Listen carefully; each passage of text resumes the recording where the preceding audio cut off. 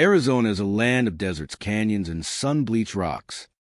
Beneath its rugged terrain lie the remnants of mining camps, where men once sought gold, silver, and copper. Now, most of these camps are abandoned, left to the desert winds and the passing years. But the silence is deceiving. The spirits of miners who never return from the shafts wander among the ruins. Some are trapped, forever searching for a lost vein of ore. Others are angry, mourning, or warning the living to leave. Visitors have reported hearing pickaxes strike empty walls. Footsteps echo in tunnels where no one walks. Strange lights flicker in the night, following those brave enough to explore. Some who enter these camps never come back.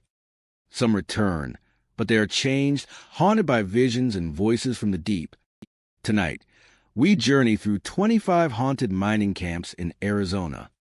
Places where the earth hides secrets. Spirits roam freely, and the lost miners never rest. Step carefully.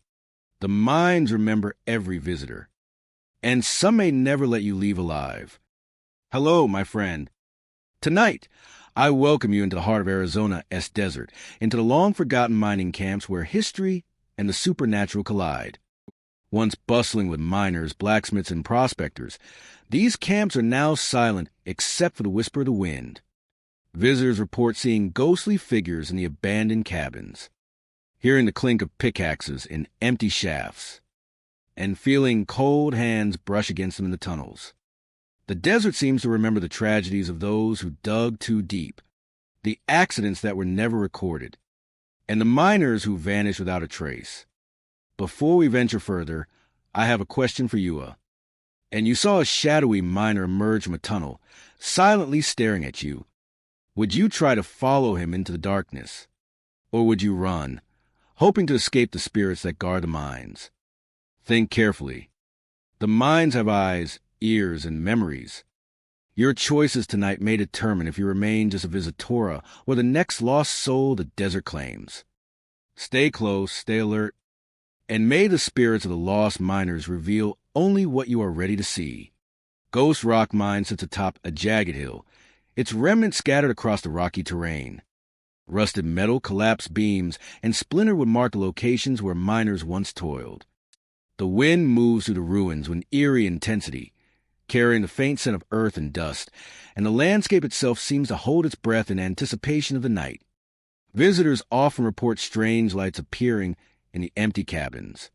Lanterns swing as if held by unseen hands, casting flickering shadows across broken floors and walls. The movement is subtle yet deliberate, hinting at a presence that refuses to rest. Every creak of the old timber echoes across the rocks, amplifying the sensation that the ruins are alive with memories of those long gone. The collapsed mine shafts add a layer of danger and mystery. From deep within the tunnels, sounds rise that cannot be explained. The rhythmic strike of pickaxes resonates against stone, though no one is inside. These echoes create an unsettling pattern, as if the labor of past miners continues, trapped in time and space. Explorers describe the experience as walking through a place suspended between past and present, where the ordinary rules of the living world no longer fully apply. At night, the ruins take on a new and more chilling character. Shadows stretch unnaturally, cast by the shifting moonlight against the jagged rock. The wind whispers through broken windows, forming tones that mimic voices or the hum of old machinery. Some visitors have felt invisible hands tugging at their clothing, a sensation fleeting yet vivid enough to stir fear. The cabins themselves tell stories of lives interrupted. Bed frames remain tipped and scattered, cooking utensils lie abandoned, and personal items are frozen in disarray. Every object becomes a testament to the people who once called this place home. At dusk, lantern lights appear in these structures, drifting from room to room, illuminating spaces that should be empty. These lights often seem to move with purpose, guiding or perhaps observing those who venture near. The rocky terrain surrounding the mine enhances the sense of isolation. Paths wind steeply between cliffs and broken trails, and the echo of any sound carries far. Even the smallest disturbance can startle, as footsteps on loose stone mimic the sounds of long-departed miners. Explorers speak of the atmosphere pressing against them, as if the hill itself leans closer, eager to witness the living intrude upon the world of the past. The mine shafts are particularly unsettling. Collapsed timbers and jagged stone make the tunnels unpredictable. Some explorers report seeing flickers of light deep within, moving like lanterns carried by figures that vanish when approached. The faint ringing of metal on stone can be heard, but no source is ever located. These occurrences create a haunting impression of labor and life persisting beyond the bounds of mortality. The auditory experiences are as significant as the visual ones. Echoes of footsteps, the scrape of pickaxes, and low murmurs rise from tunnels and cabins alike. The noises are irregular, sometimes soft and fleeting, other times startlingly loud, as if the mine itself shifts in response to the presence of intruders. It is a place where sound tells stories, each strike and whisper carrying the weight of history. Visitors also report an overwhelming sense of being observed. Even in open spaces, the feeling persists.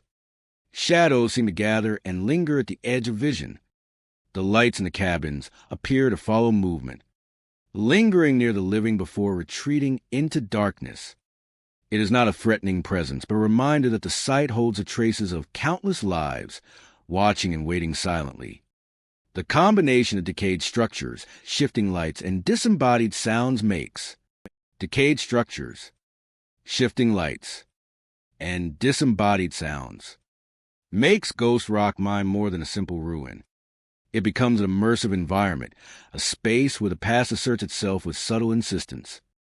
Explorers describe a tension that grows with each step, a quiet dread that is counterbalanced by fascination. The mind seems to exist in two layers, one visible and another hidden, where the memory of work, struggle, and life continues in spectral form. Even the natural elements contribute to the haunting. The wind snakes through tunnels, carrying dust and creating small, unpredictable gusts. Rain slicks on rocks and timber create reflections that mimic movement. Shadows of trees and broken structures form strange patterns, sometimes appearing as figures or gestures. Every element seems orchestrated to heighten awareness and immerse the visitor in the lingering presence of the past. The mine and its cabin stand as reminders of human endeavor and mortality. The lights, sounds, and tactile sensations reported by visitors form a cohesive, eerie experience. Each step taken among the ruins reinforces the impression that this place remembers. Every creak, every shadow, and every flicker of light speaks of history suspended, a world where time flows differently, and those who have passed remain close. Ghost Rock Mine is not merely an abandoned site. It is a liminal space where memory, presence, and perception converge. Visitors leave with stories etched in their minds, impressions of lights and sounds, and the haunting knowledge that they were observed. The Minea-esque atmosphere lingers, a reminder that even in ruin, the echoes of life persist, and the ghosts of labor and loss continue to inhabit the rocky hill, watching, waiting, and quietly moving among the shadows. Silver Shadow Camp lies nestled in a remote valley, a place where the remnants of old mining operations fade into the surrounding wilderness. By day, it appears abandoned and silent, with weathered cabins, rusted tracks, and the skeletal remains of carts standing as quiet monuments to a bygone era. The fog is thick and persistent, drifting over the tracks and curling around the foundations of old cabins. In this shifting haze, shadows appear near the rusted mining carts, figures that seem solid at first, only to vanish when approached. The effect is disorienting, a mixture of anticipation and unease, as if the fog itself conceals a hidden world waiting to be noticed. Visitors often speak of whispers carried on the night air. Voices emerge in the mist, soft but clear, calling names or speaking in tones that echo with longing and urgency. Sometimes the voices seem to circle, moving from one area to another, creating the sensation that the camp is alive, attentive, and aware of those who wander within its boundaries. The mining carts themselves are objects of fascination and unease. Rusted and stationary, they appear ordinary in the daylight. Yet at night, they seem poised to move. Some travelers report glimpses of figures leaning over the carts, inspecting their contents, or pushing them along invisible tracks, only for the apparitions to dissolve into the fog. The sense is not threatening, but it is palpable, an echo of labor and presence from decades past.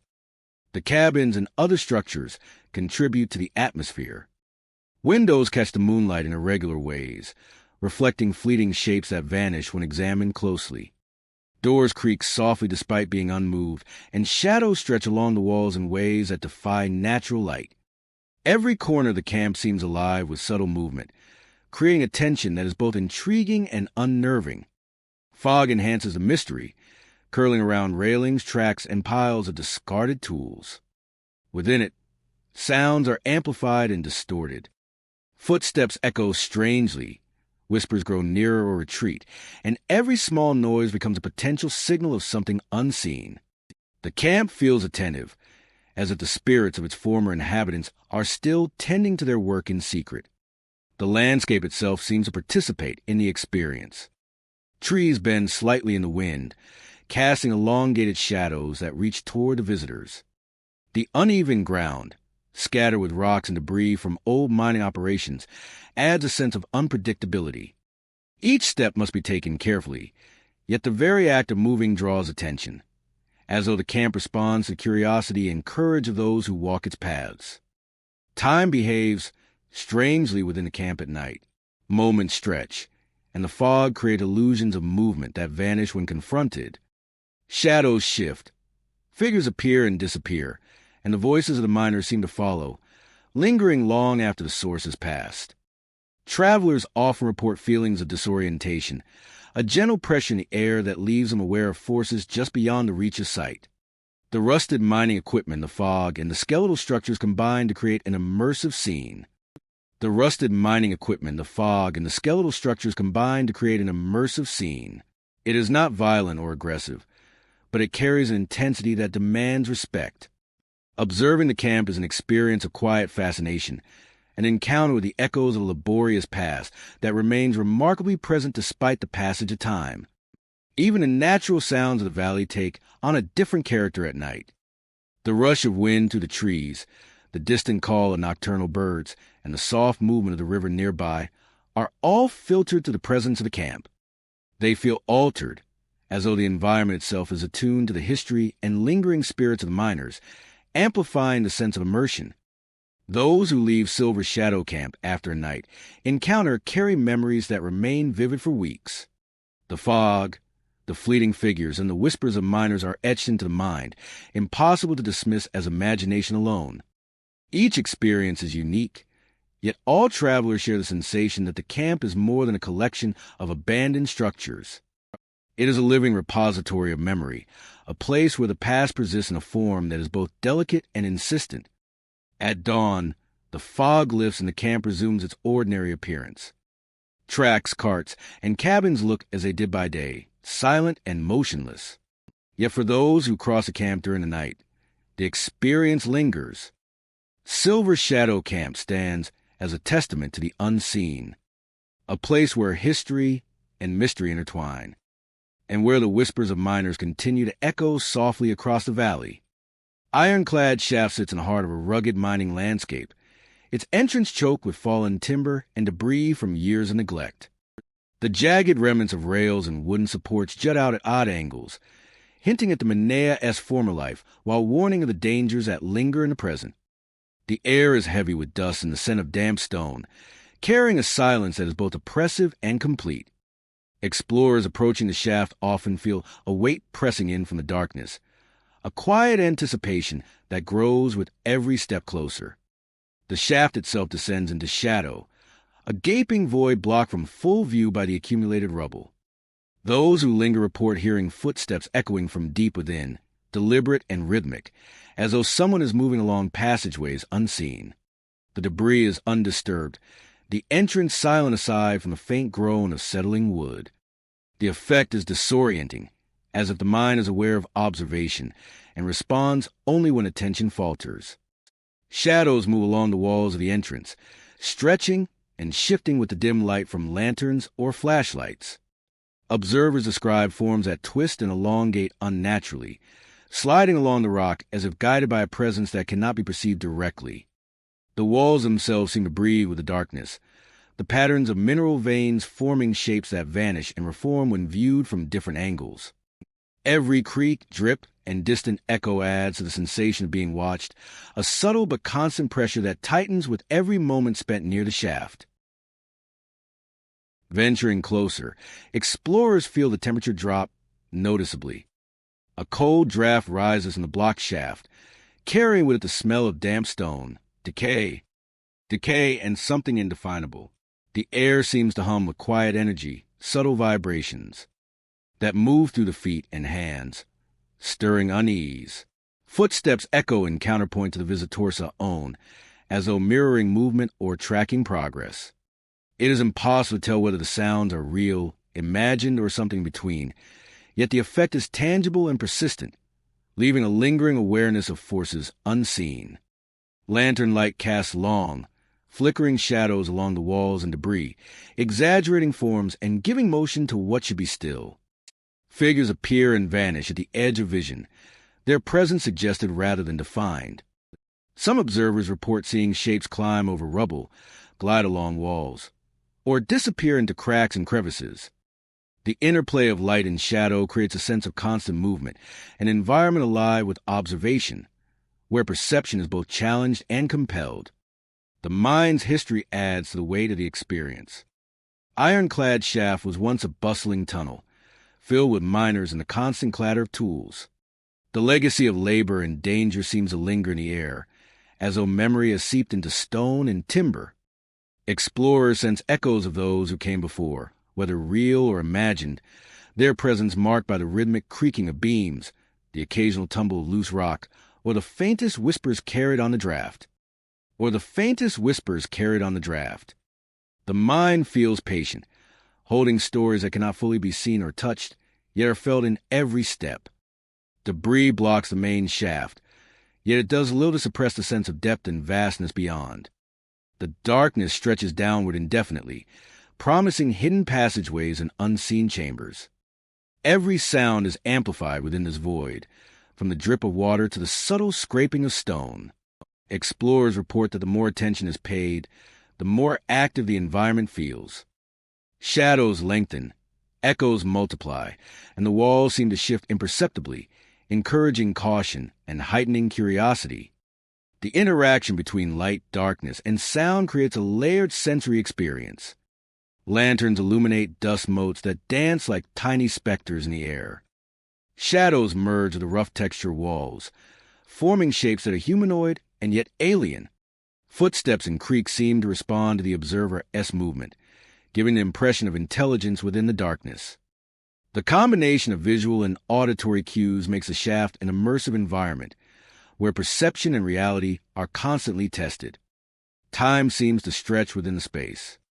Minutes become indistinct, measured only by the fading strength of lantern light, or the rhythm of echoes, and attentive to those who enter its threshold. Even at the edges of the debris, the mind maintains its influence. Shadows and echoes continue to provoke awareness, subtle cues that remind visitors of the unknown waiting just beyond perception. Every exploration feels like a dialogue with the space itself, a negotiation between curiosity and caution. Those who depart carry with them impressions of moving shadows, unaccountable footsteps, and a sense of depth that transcends the visible. Ironclad Shaft endures as a monument to history, mystery, and the unseen. Its blocked entrance, shifting shadows, and echoes of footsteps create a cinematic environment, where every moment is filled with tension and curiosity. A place where perception is engaged fully, and where the darkness holds secrets that may never be revealed. The air remains cold and still, the debris rests undisturbed, and the shadows continue their silent movements along the walls. A space where history and mystery converge, and where the unseen patiently observes every step, waiting for the next visitor to engage with its depths. Red Canyon camps is deep within a narrow, rocky canyon, its cabins scattered across uneven ground. The structures are weathered and broken, their wooden frames warped by years of sun, wind, and rain. Roofs sag and shingles are missing, leaving gaps through which the night air seeps.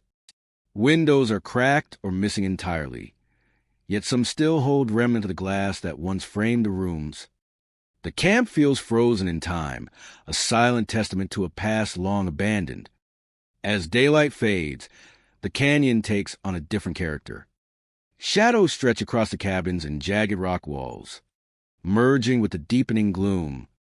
The wind whispers through the empty structures, carrying a faint scent of pine and dust. Each step through the camp is accompanied by the creak of wood and the crunch of gravel underfoot. The atmosphere is quiet yet charged, as though the canyon itself is holding its breath, waiting to reveal its secrets. At night, glowing eyes are reported inside the windows of the cabins. Some are faint. Others seem to burn with an unnatural intensity, reflecting the darkness that surrounds them. They appear and disappear without warning, leaving travelers with an unsettling sense of being watched. The eyes are never static, moving from window to window, sometimes appearing to follow the movement of those who pass through the camp. Their presence is fleeting, yet powerful, a reminder that the camp is far from empty. Visitors also speak of miners walking silently through the camp. Their figures are indistinct at first, mere shapes among the shadows, but gradually take form as observers draw closer. They move without sound, their boots never striking the ground, and their pickaxes or tools seem to hang in the air. When approached, the miners vanish, dissolving into the night as if they were never there. Some witnesses describe a sense of connection, a fleeting recognition, that these figures are echoes of a life once lived, trapped within the canyon walls.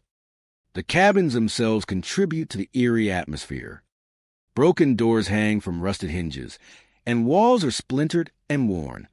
Floors sag in places, creating uneven surfaces that shift beneath footsteps. The remnants of furnishings, old crates, and abandoned equipment litter the interiors, each object a quiet witness to the passage of time. Fog or dust often drifts through the rooms, softening edges and creating shapes that appear alive when seen from the corner of the eye. The surrounding canyon amplifies every sound and movement. The wind echoes between the walls, turning a simple whistle into a haunting tone. The faint sound of water from a distant stream or river adds another layer to the environment, mixing with the rustle of leaves and the whispering air to create an immersive, almost cinematic experience. Even without direct sightings, the camp exudes a presence that is tangible. Travelers report an acute awareness of being observed, a sense that the space itself remembers.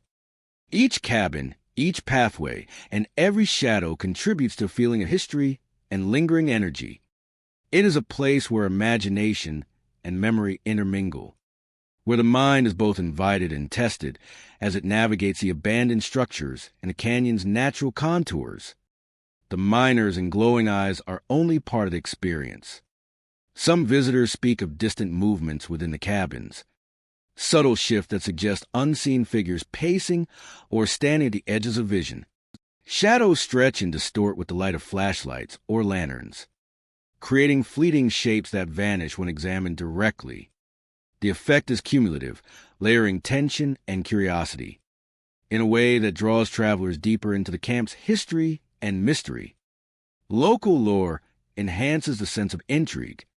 Stories of mining accidents, sudden disappearances, and the struggles of those who once lived and worked in the canyon circulate among residents and explorers. While details vary, the overarching theme is one of lingering presence, a notion that the energy of past lives is embedded within the camp. Whether interpreted as memory, imagination, or something more enigmatic, the atmosphere at Red Canyon Camp leaves a lasting impression, a notion that the energy of past lives is embedded within the camp. Whether interpreted as memory, imagination, or something more enigmatic, the atmosphere at Red Canyon Camp leaves a lasting impression. Each night spent in the camp is unique. The fog shifts and drifts, moving like liquid through the cabins and pathways. Shadows alter with each flicker of light. Figures appear and vanish. Eyes glow in the darkness, and the canyon itself seems to breathe. Travelers become acutely aware of sound, motion, and temperature, noting subtle changes that heighten tension and focus. The experience is immersive, drawing the senses into a narrative of the camp that is both personal and collective. Red Canyon Camp is more than an abandoned site. It is a space where history, nature, and unexplained phenomena converge. The weathered cabins, the glowing eyes, and the silent miners create an environment that is simultaneously unsettling and compelling. Each exploration is a journey into the past and into the imagination, where every step, every glance, and every sound contributes to a story that lingers long after leaving the canyon. In the end, Red Canyon Camp endures as a place of mystery and memory. The cabins remain.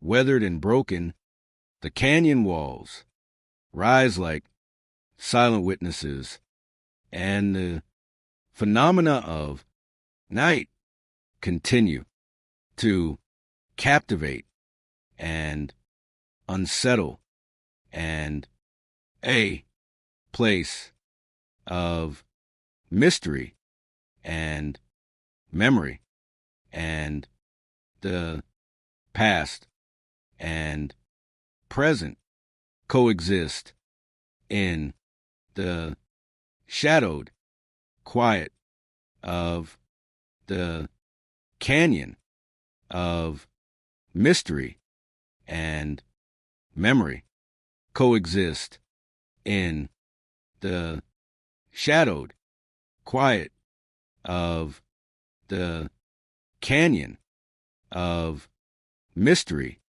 and memory coexist. Dust veil mines stretch across a barren landscape, their entrances dark and silent against the pale horizon. The wind sweeps across the terrain with a haunting persistence, carrying with it whispers of voices long gone. Every gust seems to stir memories from the tunnels, echoing conversations that belong to miners who once labored deep within the earth. Lanterns, long extinguished, are reported to flicker along the empty paths. Their glow appears and disappears unpredictably, illuminating broken tracks, splintered wooden beams, and rusted tools left behind in haste.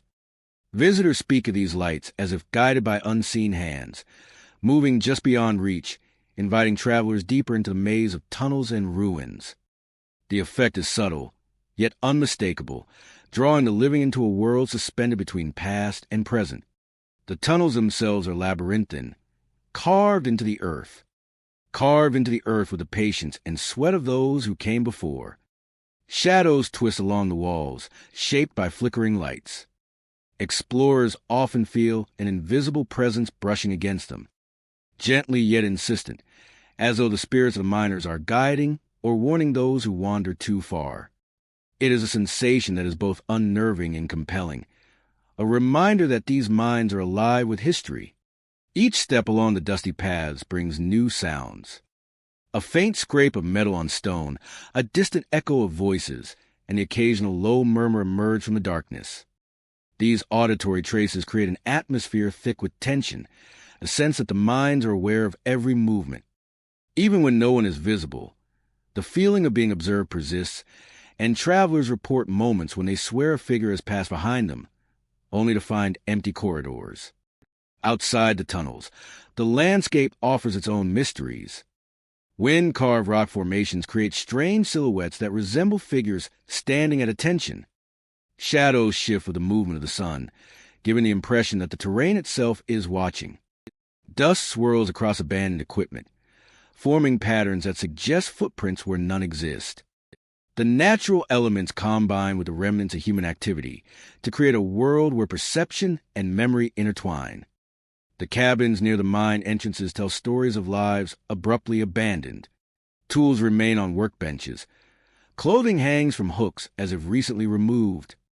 And lanterns sit ready to light the next shift that will never arrive. Travelers often report seeing these objects move slightly when viewed from the corner of the eye, a subtle movement that disappears when confronted directly. It is a quiet reminder of the presence that inhabits these spaces, invisible yet undeniable. Deeper inside the tunnels, the temperature drops and the air grows heavy with the scent of damp stone and earth. Echoes stretch unnaturally long, carrying sounds from one passage to another. Some explorers describe hearing faint laughter or distant shouts, indistinguishable yet unmistakably human. The origin is never located, but the effect is profound, instilling both curiosity and caution. Each sound is a thread connecting the present to the past, weaving a tapestry of memory and haunting that envelopes all who enter. The mines are not static. Wind shifts and rattles loose beams, creating sudden noises that startle and intrigue. Stones fall from the ceilings without warning, and shadows play across walls in patterns that mimic movement. Some visitors have felt invisible hands lightly touch their shoulders, guiding them back toward safety or urging them onward. These sensations are fleeting, yet vivid, leaving impressions that linger long after leaving the mines. Dust Veil mines have a way of bending perception. Explorers often report paths that seem longer or shorter than they should be, tunnels that loop back unexpectedly, and openings that vanish when approached. It is as if the mines themselves are aware, shaping the journey to reflect the experiences of those who entered. Every flicker of light, every whispered sound, and every shift of shadow contributes to a narrative written in real time, unique to each visitor. The combination of visual, auditory, and tactile phenomena creates a fully immersive experience. Lantern lights moving without source, whispers echoing through tunnels. The sensation of invisible guidancia all converge to form an environment where the past asserts its presence with quiet insistence. The mind seemed to remember, replaying fragments of history that refuse to fade. Travelers emerge with a sense of having walked alongside those who came before, and a lingering awareness that the mines continue to watch. Even in the open areas surrounding Dust Veil mines, the effects persist. The wind carries voices across the desert. Shadows form in strange and fleeting patterns, and the rocky terrain itself seems to shift in response to movement. Visitors leave with impressions of a place where time and space are malleable, and where the unseen is as present as the solid rock underfoot, and the unseen is as present as the solid rock underfoot, and where the unseen is as present as the solid rock underfoot, and where the unseen is as present as the solid rock underfoot, and where the unseen is as present as the solid rock underfoot, and where the unseen is as present as the solid rock underfoot, and the unseen is as present as the solid rock underfoot, and where the unseen is as present as the solid rock underfoot, and where the unseen is as present as the solid rock underfoot, and the unseen is as present as the solid rock underfoot, and where the unseen is as present as the solid rock underfoot, and where the unseen is as present as the solid rock underfoot, and where the unseen is as present as the solid rock underfoot, and where the unseen is as present as the solid rock underfoot, and where the unseen is as present as the solid rock underfoot. Dust Veil mines are more than abandoned tunnels and broken structures. They're a living archive of labor, perseverance, and lingering presence. The flickering lights, shifting shadows, and whispering winds create a story that cannot be read in a book, only experienced firsthand. Travelers emerge with tales of unseen guidance, strange echoes, and a profound awareness that the mines continue to exist beyond the tangible, holding fragments of life, memory, and spirit within every corner. For those who venture into Dust Veil mines, the journey is a haunting and unforgettable experience. Every sound, every light, every fleeting touch reminds visitors that they are stepping into a place shaped by countless lives and preserved by the whispers of history. The mines endure, a space where the past refuses to relinquish its hold, and where every traveler becomes part of a continuing story written in shadows, dust, and wind. Copper Hollow Camp sits quietly near a narrow canyon, its weathered buildings clinging to the edges of the rugged terrain. By day, it is a place frozen in time, with remnants of mining operations scattered across the landscape. Rusted tools, abandoned carts, and the skeletal frames of old cabins hint at the lives of those who once worked here. Yet at night, the camp transforms into a world alive with whispers, shadows, and echoes of the past. Visitors who approach after dusk often describe an immediate change in the air. A chill moves through the canyon, drifting along the walls and across the camp with an almost deliberate presence. The wind carries faint sounds, soft enough to be mistaken for the rustle of leaves or distant wildlife, yet persistent enough to make one pause. There is a sense that the canyon itself is watching, attentive to every movement. Figures are sometimes seen standing at the edges of shafts. They are faint at first, outlines in the darkness, yet unmistakable in shape. Silent and unmoving, they gaze down into the depths, appearing both solemn and detached. When approached, they vanish as though swallowed by the night, leaving behind only the impression that something unseen has observed the crossing. The effect is subtle, unnerving, and lingering, a quiet reminder that the camp is not empty. The sound of distant hammering often carries through the night. It is rhythmic and measured, echoing off the canyon walls and mixing with the natural sounds of the valley. The effect is haunting, a reminder of labor long past, preserved in the very air of Copper Hollow Camp. The cabins and mining structures themselves contribute to the eerie atmosphere. Windows catch the moonlight in fragmented patterns, reflecting shadows that shift and distort. Doors creak softly even when untouched, and stairways groan under the weight of unseen footsteps. Every corner of the camp feels alive with subtle motion, a combination of wind, fog, and the persistence of memory that refuses to fade completely. Fog often drifts through the canyon, curling around the shafts and along the edges of buildings. Within this haze, shapes are distorted, sounds are amplified, and perception is challenged. Shadows stretch and bend in ways that defy explanation, creating the sensation that the landscape itself participates in the experience. Travelers describe a heightened awareness, feeling observed from angles that seem impossible to reach, a presence that is constant yet intangible. A presence that is constant yet intangible. The canyon below holds its own mysteries. Darkness obscures the depth of the shafts, and the echoes of hammering or shifting rock create an unsettling symphony. The combination of height, depth, and shadow creates a tension that is both captivating and disquieting. Even the natural sounds of the environment take on a different character at night. The murmur of a distant stream, the call of nocturnal birds, and the shifting of loose rocks become heightened. Intertwined with the camp's lingering presence. Each sound draws attention, creating a rhythm that guides the experience of those who traverse the abandoned paths. The effect is immersive, making it difficult to separate ordinary noises from the extraordinary atmosphere of the camp. A rhythm that guides the experience of those who traverse the abandoned paths. Making it difficult to separate ordinary noises from the extraordinary atmosphere of the camp. Travelers often report sensations of touch that have no physical explanation. A sudden brush against the arm, a chill along the spine, or the subtle vibration of the ground beneath their feet, adds to the sense that Copper Hollow Camp is alive in ways that defy logic.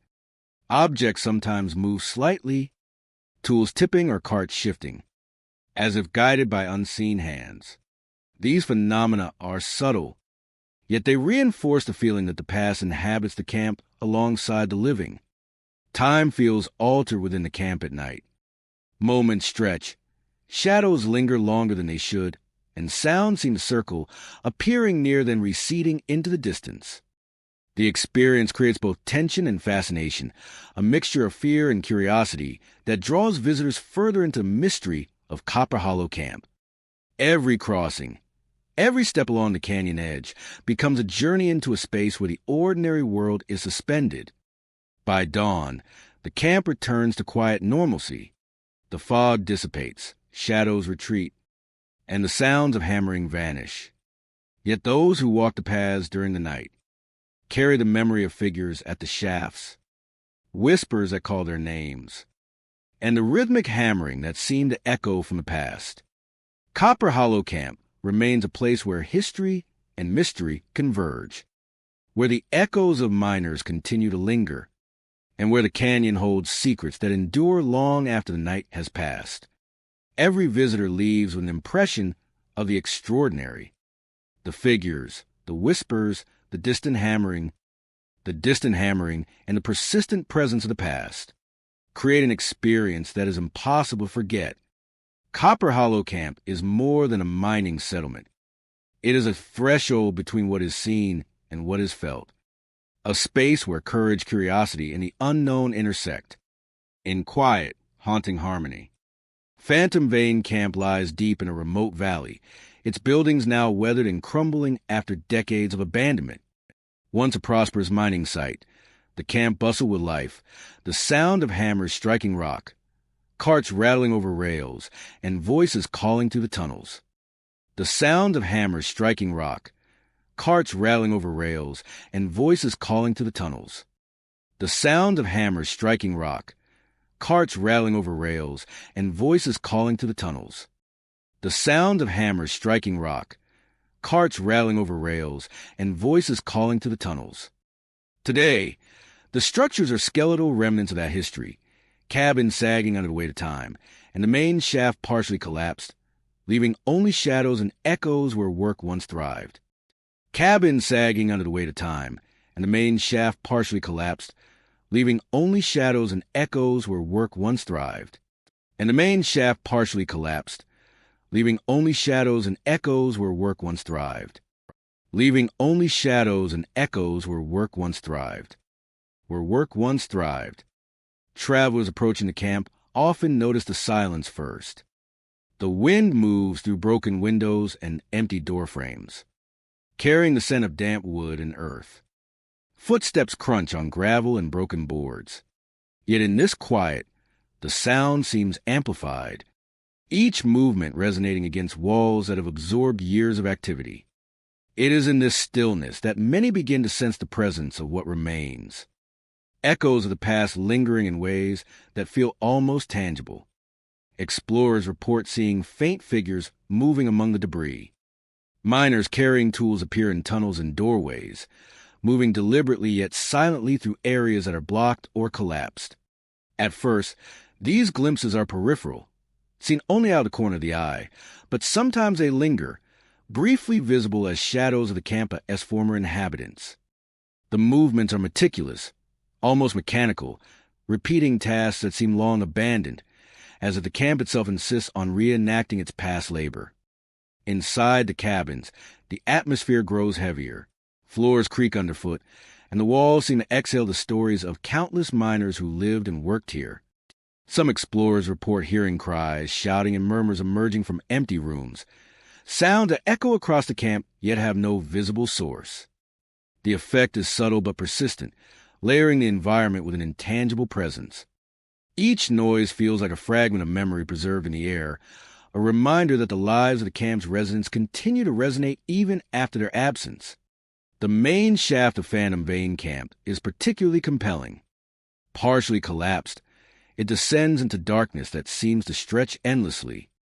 Explorers hear the faint scrape of tools, the tap of picks, and the shifting of rock from deep inside. Shadows dance along the walls, sometimes forming humanoid shapes that retreat when approached.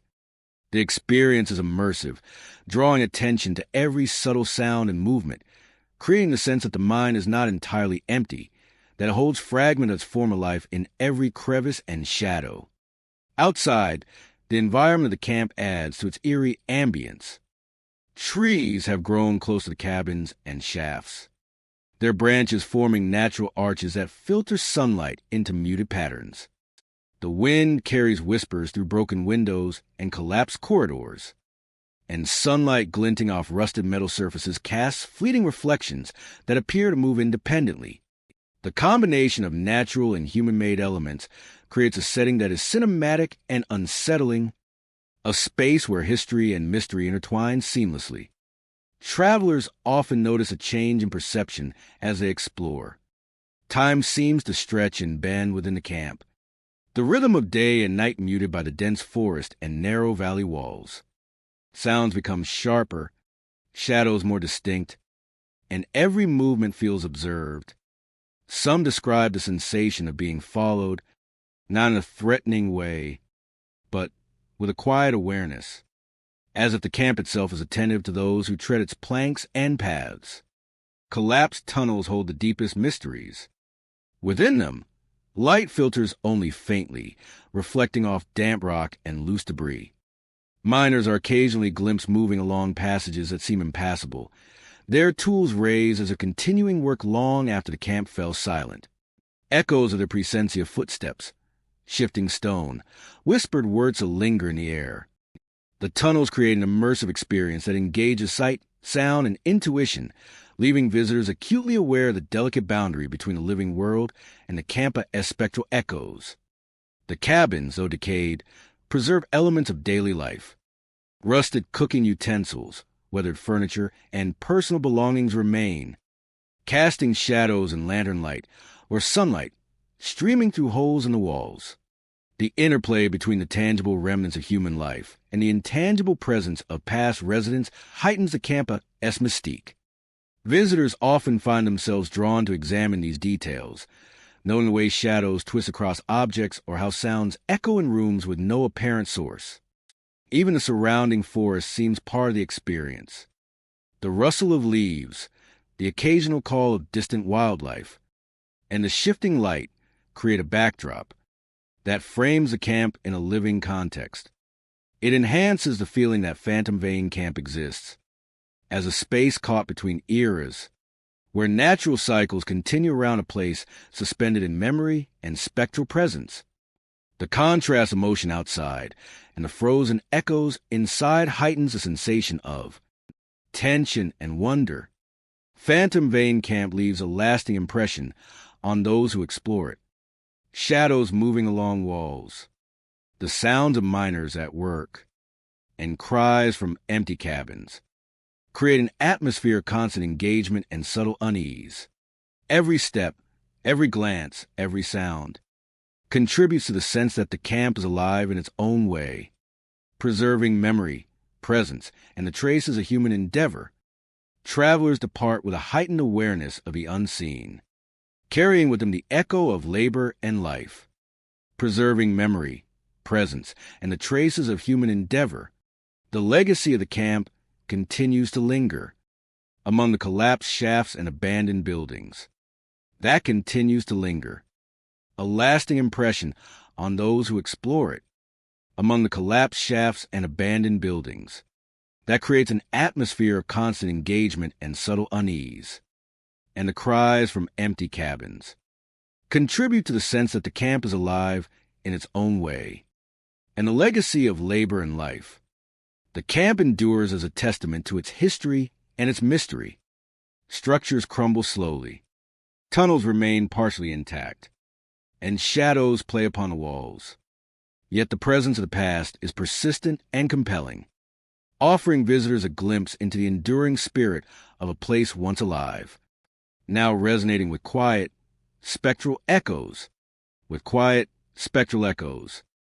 offering visitors a glimpse into the enduring spirit of a place once alive with human endeavor, and now resonating with quiet, spectral echoes. Desert Grave Mine lies deep within a vast expanse of desert, its remains scattered across rolling dunes and rocky outcrops. The camp, once bustling with activity, now stands abandoned and weathered, half buried in shifting sands. Wooden structures sag beneath the weight of time, and rusted equipment leans against cracked walls, relics of a period when the desert was alive with the sound of labor. The sun casts harsh shadows by day, but it is as the light fades that the true character of the mine emerges. As night descends, the desert cools and the air becomes still. The emptiness of the camp intensifies, broken only by the occasional whistle of wind through the remnants of buildings. Visitors often report seeing lights floating over the ruins, ethereal and unmoored from any natural source. They drift slowly above the sand, moving in patterns that defy explanation. Sometimes they appear close, just above the ground, illuminating the terrain in a dim, unnatural glow. Other times they float high, barely distinguishable against the night sky. The lights are not the only strange phenomena. Figures appear along the paths of the camp, their forms faint at first, shadowed against the desert night. Some move purposefully, seeming to guide travelers, while others stand motionless, observing from the distance.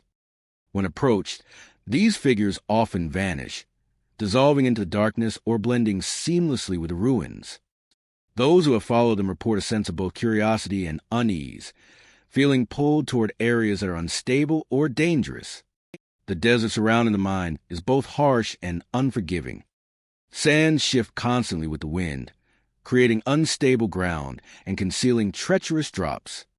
Travelers are warned to move carefully, yet many recount the sensation of being drawn toward these shafts, guided by figures that seem to exist between the world of the living and something else. The combination of heat, sand, and shadow heightens attention, making every step deliberate. Structures within the camp show the passage of time and neglect. Wooden supports lean at odd angles, splintered by years of exposure. Rusted mining carts and broken tools litter the area, creating obstacles that catch the eye and the imagination. The floors of some buildings are covered in sand, while walls are etched with lines and marks that hint at long-forgotten labor.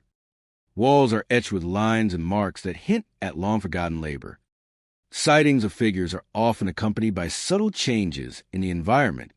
A distant creak of wood, the shifting of sand, or a sudden gust of wind can signal the presence of something unseen. Others appear to exist independently, drifting to the camp as a performing tasks that are invisible to the living. The unpredictability adds to the sense of mystery and heightens the atmosphere of tension. The mine shafts themselves are dangerous and enigmatic. They plunge deep into the earth, dark and silent, often masked by sand or shadows. Figures sometimes lead travelers toward these areas, standing at the edges or disappearing into the openings. The allure of exploration is strong, yet caution is imperative. Those who have approached too closely describe a sense of vertigo, a chilling awareness of the depth below, and the persistent feeling that the desert is watching. Local accounts and stories have preserved the reputation of desert grave mine. Tales of lights, figures, and vanished travelers circulate among desert guides and adventurers. While some sightings are explained as reflections, optical illusions, or the imagination responding to isolation, others resist simple explanation.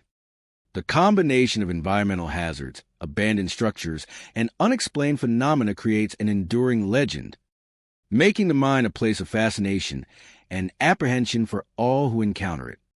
Traveling through the camp at night is an immersive experience. The deserta's vastness, the ruins of the buildings, the floating lights, and the elusive figures combine to create an atmosphere that is simultaneously awe-inspiring and unnerving. The environment demands attention to every sound, every shadow, and every movement. Travelers often describe a heightened awareness, as if every step and glance carries significance within the deserta's expansive and silent landscape. Desert Grave Mine is more than a collection of abandoned structures. It is a threshold where the natural world and the unknown converge. The sands, the wind, the floating lights, and the figures all contribute to an experience that is immersive, unsettling, and unforgettable. Each journey through the camp offers something new, a glimpse of the past, or a brush with something that may not fully belong to the world of the living. In the end, Desert Grave Mine remains a place of mystery, danger, and memory. The ruins stand as a testament to the passage of time and human endeavor, while the desert around it continues to shift and conceal secrets.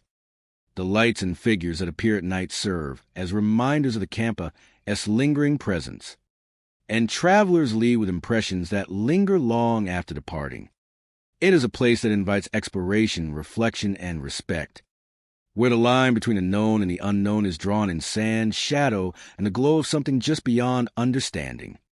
Hollow Peak Mining Camp sits perched on the highest point of a rugged range. The wind sweeps across the ridges, carrying with it a chill that seems to penetrate the bones of those who venture too close. The camp itself is a skeleton of its former self, cabins weathered and warped, tools scattered and rusting, and the tunnels leading into the mountainside yawning like dark mouths. Visitors often report seeing shadows moving along the ridges at dawn and dusk. These forms shift and stretch, sometimes appearing to observe from a distance, then vanish when approached. The shadows are rarely consistent, their shapes fluctuating with the flickering light and the swirling wind. It is as though the landscape itself is alive, aware, and capable of projecting the remnants of those who once worked and lived here. The tunnels beneath Hollow Peak hold a presence all their own, Echoes travel in unusual patterns, voices whispering just beyond comprehension. Some travelers describe hearing urgent warnings, telling them to turn back, to leave the camp while they still can. The origin of these sounds cannot be pinpointed. One moment, the tunnels are silent. The next, they're alive with distant, disembodied calls that resonate through the stone corridors. Lanterns, long extinguished, appear to flicker in empty cabins. Their faint glow illuminates broken furniture and dusty floors, casting long, trembling shadows along the walls. Visitors have described feeling as if they're being guided or observed, the lights moving just beyond reach. Sometimes, footsteps echo in hallways when no one is present, pacing back and forth, vanishing before they can be confronted. The surrounding terrain amplifies the sense of isolation. The canyon walls create a natural amphitheater where every sound is carried and distorted. A shout or a drop tool echoes for miles, returning as an unrecognizable repetition of itself. Travelers report that the wind seems to whisper through the camp, bending words into warnings, memories, and fragments of conversations that may have belonged to miners from decades past. Cabins perched along the edge of the canyon tell a story of sudden departure. Tools remain on benches, beds are unmade, and doors swing loosely on their hinges. Some visitors have reported seeing objects move subtly when unobserved, a chair tilting slightly, a lantern rocking, as if responding to a presence that is unseen but deeply aware. The effect is subtle yet unmistakable, creating a sense of being watched by something that is neither hostile nor entirely benign. Within the tunnels, the temperature drops noticeably and the air grows damp and heavy. Every step is accompanied by the sound of shifting rock and the distant drip of water. Shadows dance across the walls, changing with each movement and each flicker of imagined light. Some explorers report feeling a brief, cold brush along their arms, the sensation of an unseen hand guiding or warning them. It is fleeting, yet the memory lingers, leaving a sense of connection to those who came before. The history of Hollow Peak Mining Camp is etched into every surface. Rusted machinery, fractured rails, and crumbling supports tell a story of labor, ambition, and abandonment. The echoes of lives lived, struggles endured, and accidents suffered seem embedded in the rock, manifesting in fleeting sounds and movements that defy explanation. Visitors often sense that the past has left more than objects behind.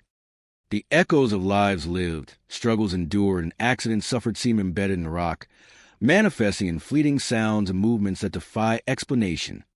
Even outside the tunnels and cabins, the atmosphere remains charged. Shadows play across the canyon as the sun rises and sets, shapes that seem to watch and follow. The wind carries murmurs across the ridge lines, weaving past and present together in an invisible tapestry. Some travelers report sudden chills and the impression of being surrounded by eyes unseen, a feeling that persists even after leaving the camp. Time in Hollow Peak feels malleable. Paths appear longer or shorter than they should. Cabins seem closer or farther than distance dictates. And the tunnels shift perceptibly, as if reshaping themselves in response to the movements of those who enter. The camp seems aware, adapting its forms and sounds, creating a labyrinthine experience that is as psychological as it is physical. The combined effect of visual and auditory phenomena creates a fully immersive environment. Whispers echoing through tunnels, shadows along ridges. All converge to make Hollow Peak Mining Camp a place where history, memory, and presence intersect. Each visitor experiences a unique narrative, shaped by their perception and the subtle interventions of the environment itself. Hollow Peak Mining Camp is more than a forgotten mining site. It is a living memory, a space where the past lingers and interacts with the present. The cabins, tunnels, and surrounding ridges hold traces of lives, labor, and unseen observers, creating a narrative written in stone, shadow, and wind. Explorers leave with an awareness that they have walked alongside echoes, guided and warned by presences that are invisible yet undeniably present.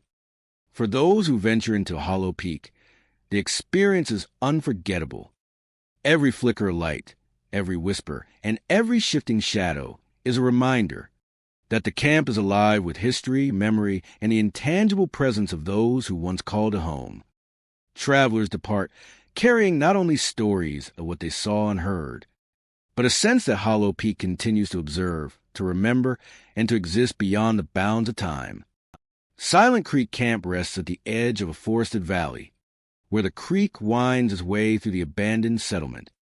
By day it is quiet and still, with rusted tools and crumbling cabins standing as reminders of the miners who once worked here. But when night falls, the creek and the camp take on an otherworldly quality, as if the past refuses to remain buried. The water of the creek reflects light in ways that defy explanation. Travelers speak of watching the water, feeling drawn to the shifting lights, sensing that something unseen is guiding their gaze.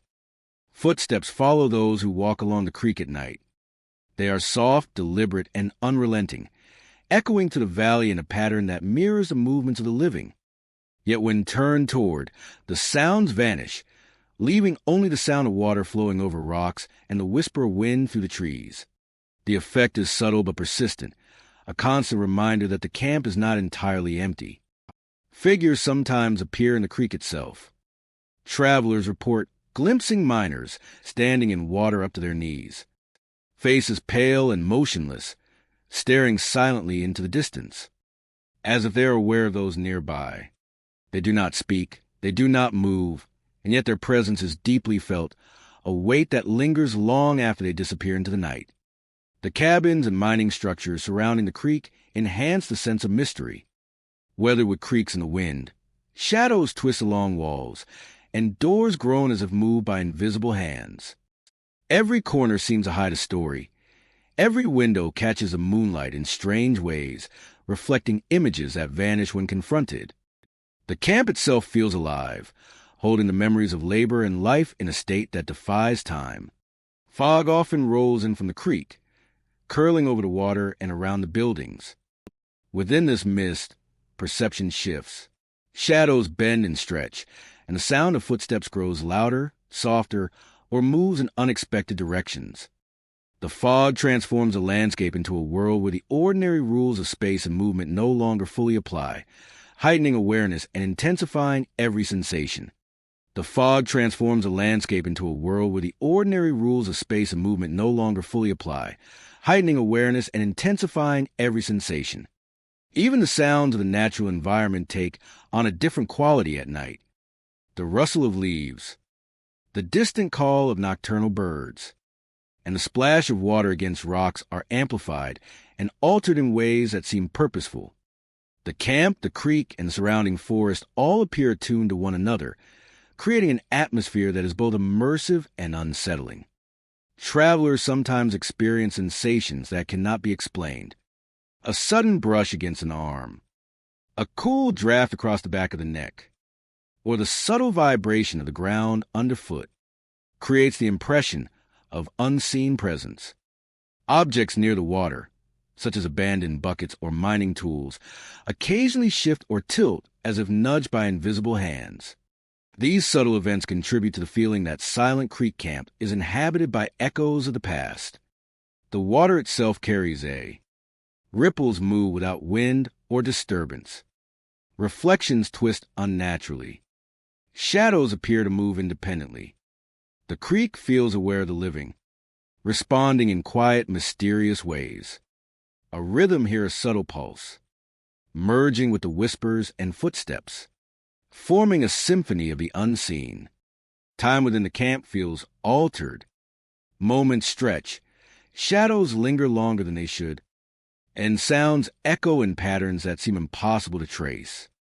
The creek and the camp together create an experience that blurs the line between memory, imagination, and the presence of what remains unseen.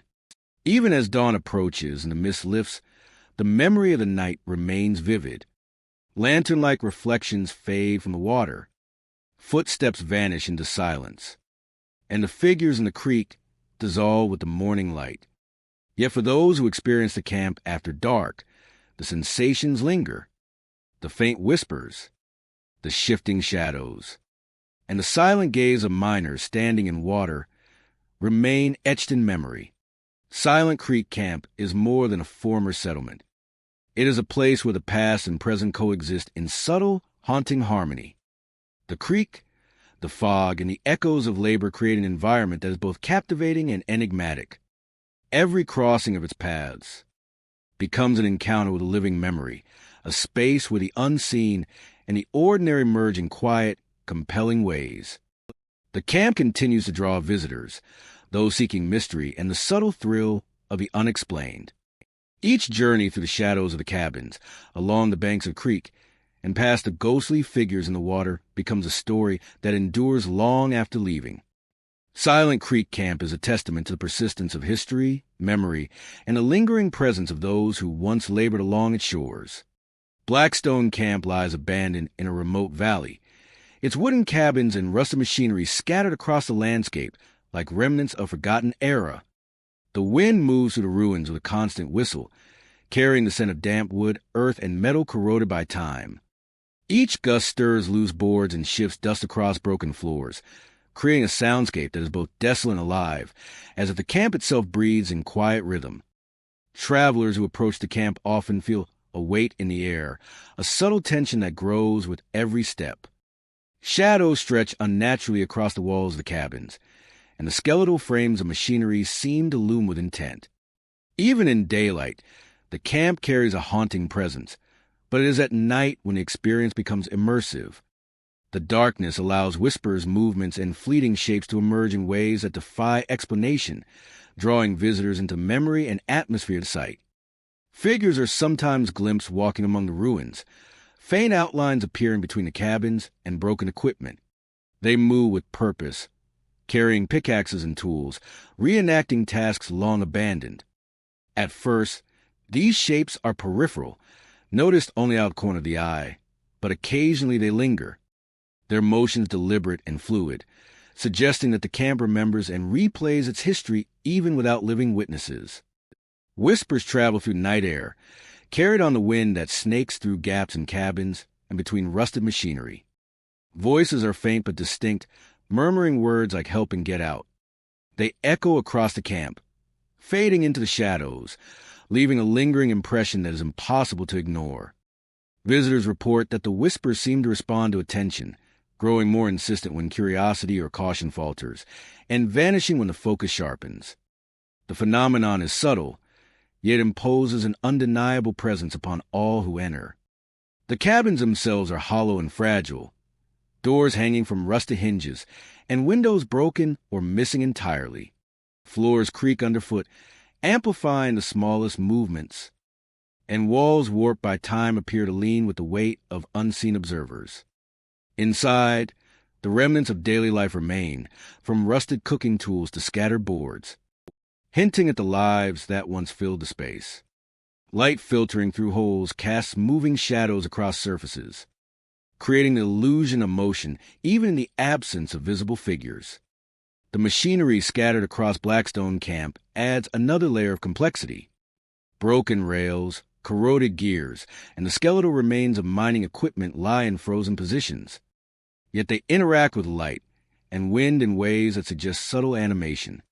Reflections glint off metal surfaces, creating flashes that appear to move independently, and shadows stretch unnaturally along the ground, enhancing the sense that the environment itself participates in the narrative.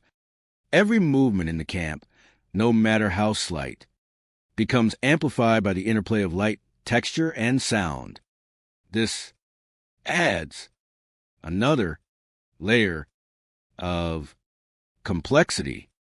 Blackstone Camp adds another layer of complexity. This adds another layer of complexity. Adds another layer of complexity. This adds another layer of complexity. Adds another layer of complexity. This adds another layer of complexity. adds another layer of complexity. This adds another layer of complexity. This adds another layer of complexity. Adds another layer of. Explorers often describe a distinct shift in perception as they navigate the camp. Time feels stretched, each step measured against the interplay of shadow and sound. Figures that appear in peripheral vision vanish when looked at directly, leaving only a sense of continuity between memory and observation. The camp becomes a space where history is performed continuously, and visitors become part of its quiet audience. The wind carries subtle variations in sound that enhance the experience. A distant whistle through broken boards, the shifting of debris across the ground, or the faint thud of a falling branch, all contribute to a layered environment that feels responsive. Whispers emerge from unexpected directions, drifting across the camp with a cadence that suggests intelligence without threat. Observers often find themselves pausing, listening intently, aware that the smallest action could shift the atmosphere in ways difficult to predict. Even at the edges of the camp, the presence of Blackstone Camp is undeniable. Trees encroach upon the ruins, their branches creating natural frames that filter sunlight and moonlight in ever-changing patterns. Shadows of limbs and foliage merge with those cast by structures and machinery, blurring boundaries between the natural and constructed.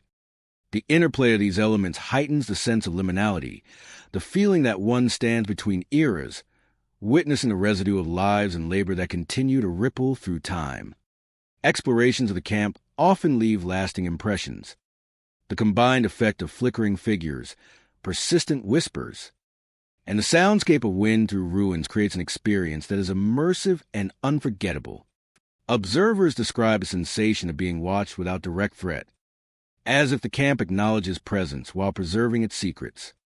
Every crossing of the space becomes a delicate negotiation between curiosity and caution, a journey that engages perception, memory, and intuition.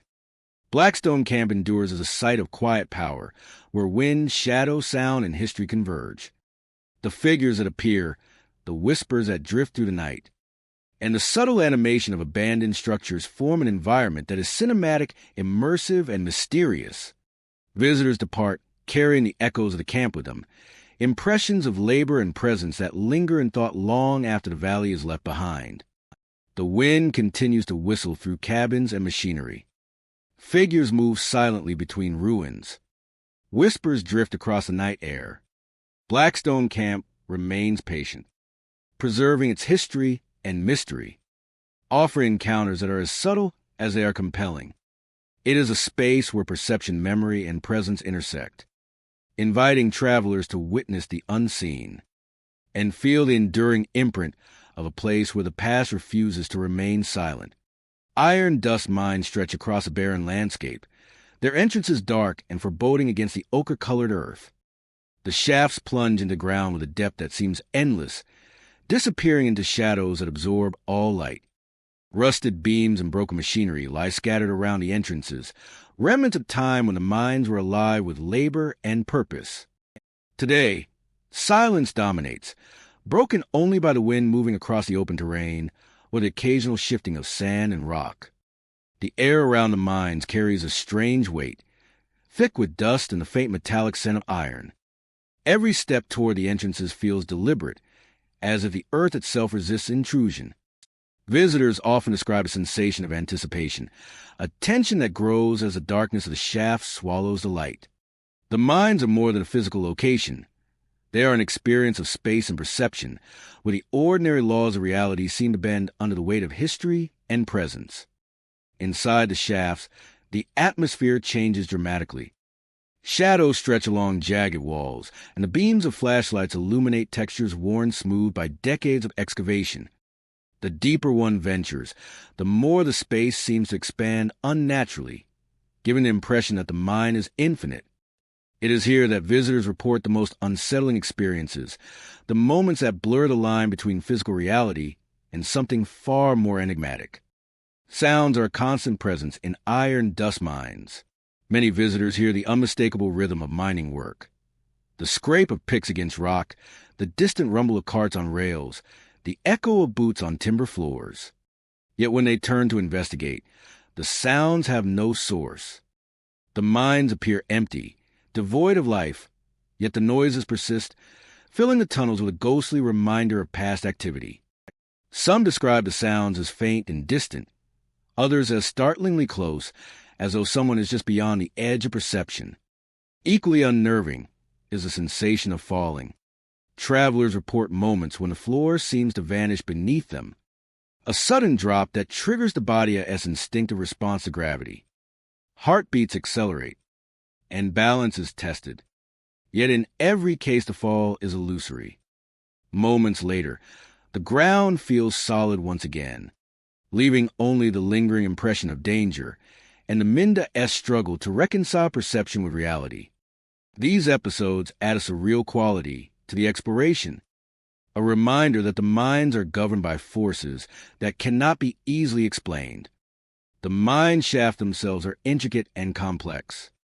Tunnels branch and twist, some sloping sharply downward, while others curve into darkness.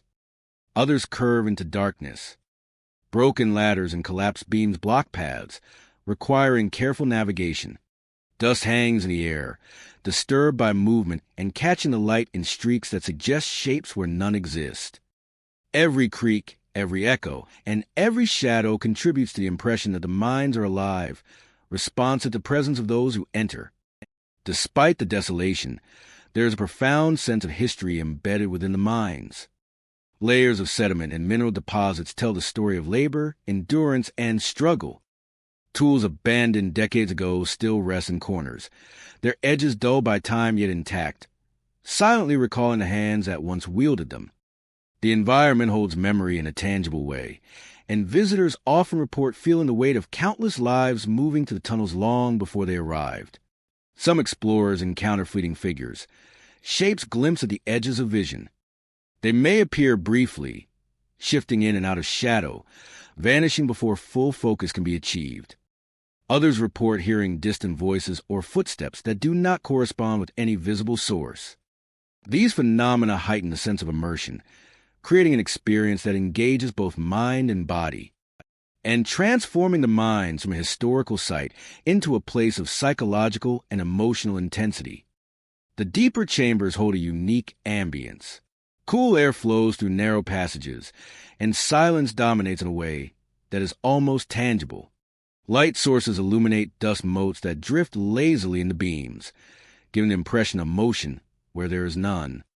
The labyrinthine nature of the tunnels creates a sense of disorientation, amplifying subtle stimuli into profound experiences. Each step forward feels measured, each sound scrutinized, as travelers navigate a space that challenges both perception and expectation. Iron Dust Mines is more than a location to explore. It is a journey through layers of time, perception and presence, the endless shafts, the echoing sounds, the illusory falls, and the subtle figures all combine to create an atmosphere that is immersive and unforgettable. Visitors leave with impressions that linger long after exiting, memories of space, sound, and sensation that defy conventional explanation. In the end, Iron Dust Mines endures as a place of mystery and reflection. The tunnels descend into darkness that seems infinite. The echoes of labor and life persist without visible source, and the environment continues to challenge perception. It is a space where history, the unexplained, and human experience converge, inviting exploration, contemplation, and respect for the subtle yet powerful presence that permeates every shaft and chamber. Red Vein Camp rests in the shadow of jagged hills, a place where the earth itself seems to pulse with hidden energy. The remnants of the mining operation lie scattered across the terrain, rusted equipment half buried in dirt, collapsed cabins leaning against one another, and narrow tunnels opening into darkness that seems alive. At night, the camp takes on an otherworldly appearance, as faint red-tinted lights glow from the mine entrances. casting eerie shadows across the rocky landscape. Visitors often speak of figures seen digging silently in the collapsed shafts. These forms are barely discernible, shadows against shadows, moving with a determination that defies explanation. Their presence is fleeting, vanishing when approached, leaving only the disturbed earth and the impression that something or something has been there moments before. The effect is disorienting, as if the boundaries between the past and present are blurred, and the echoes of labor long finished still persist in the dark. The tunnels of Red Vein Camp are particularly unsettling. Air hangs heavy with the scent of earth and rust. The walls seem to close in with each step. Whispers drift along the passageways, voices that rise and fall without clear source. Some explorers report feeling a sudden tug, a hand brushing against their clothing, guiding or warning them. In other instances, visitors have vanished briefly, disappearing from sight only to reappear disoriented, unsure of how much time has passed or which path they traveled. Above ground, the camp is no less unnerving. Rusted tools, broken carts, and lanterns left on benches seem to retain a memory of movement. At night, red light spills from the mine mouths, flickering in a way that suggests more than reflection. Figures appear along ridges, standing still, watching the intruders of the camp. Their forms are indistinct, their features impossible to define, yet the sense of being observed is immediate and unrelenting. The terrain itself contributes to the unease. Sharp ridges and narrow paths create natural corridors where sounds echo unnaturally. Footsteps behind explorers often cannot be matched to any source. Rocks tumble from unseen heights, creating sudden, disorienting noise, and the wind carries whispers across the camp that seem almost conversational, a mixture of warning and invitation. Lantern light inside the cabins can appear and disappear without explanation. Faint movements are reported in the corners of rooms, shadows that shift independently of the environment. Visitors have described furniture moving subtly when unobserved, a rocking chair tilting on its own, or a workbench rearranged after a moment away. Each instance is brief but unmistakable, leaving an impression that Red Vein Camp is not abandoned in the conventional sense, but alive with the traces of those who once toiled here. The history of the camp is embedded in every detail. Miners who worked the red-veined earth face dangerous conditions, and many perish in collapses or accidents. The labor, the ambition, and the tragedy seem to linger, resonating to the air and the stone. Explorers feel this presence acutely, a subtle tension that tightens with each step deeper into the tunnels or closer to the glowing shafts. Nighttime at Red Vein Camp intensifies the feeling of crossing into another realm. The red glow from the mines casts long, distorted shadows across the rocky ground. Figures seem to move in the periphery of vision, and faint sounds of digging or shifting rocks echo without source. Whispers come and go, some urgent, some mournful, some unintelligible, leaving the visitor uncertain whether they are hearing fragment of history or the creations of imagination under stress. The disorientation extends perception of space and time. Tunnels appear longer or shorter than expected. Paths seem to twist and loop in ways that defy logic. And the landscape can shift subtly as if alive. Travelers often experience a strange rhythm. Footsteps that match their own, pauses that coincide with their breath. And the impression of being accompanied by unseen presences. Each sensation is fleeting yet cumulative, heightening awareness and unease. Despite the unsettling atmosphere, Red Vein Camp continues to attract those seeking the extraordinary.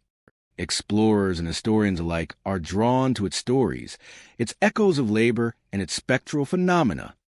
The red glow from the mine entrances, the silent figures, and the disorienting tunnels all serve as reminders that the camp is a space where the past and present coexist, where memory lingers in the earth, and where visitors may leave with more questions than answers. The experience of Red Vein Camp is deeply personal and immersive. Each step through the tunnels, each glimpse of red-tinted light, and each whisper or unexplained movement becomes part of a narrative that is alive and dynamic. Visitors depart with memories that are vivid and unsettling, a sense that they have touched a place that exists on the edge of the known world, where shadows and history converge in the flickering red light of the mine entrances. Red Vein Camp is not simply abandoned. It is a repository of human endeavor, of struggles against the earth, and of unexplained phenomena that continue to manifest for those who venture into its domain.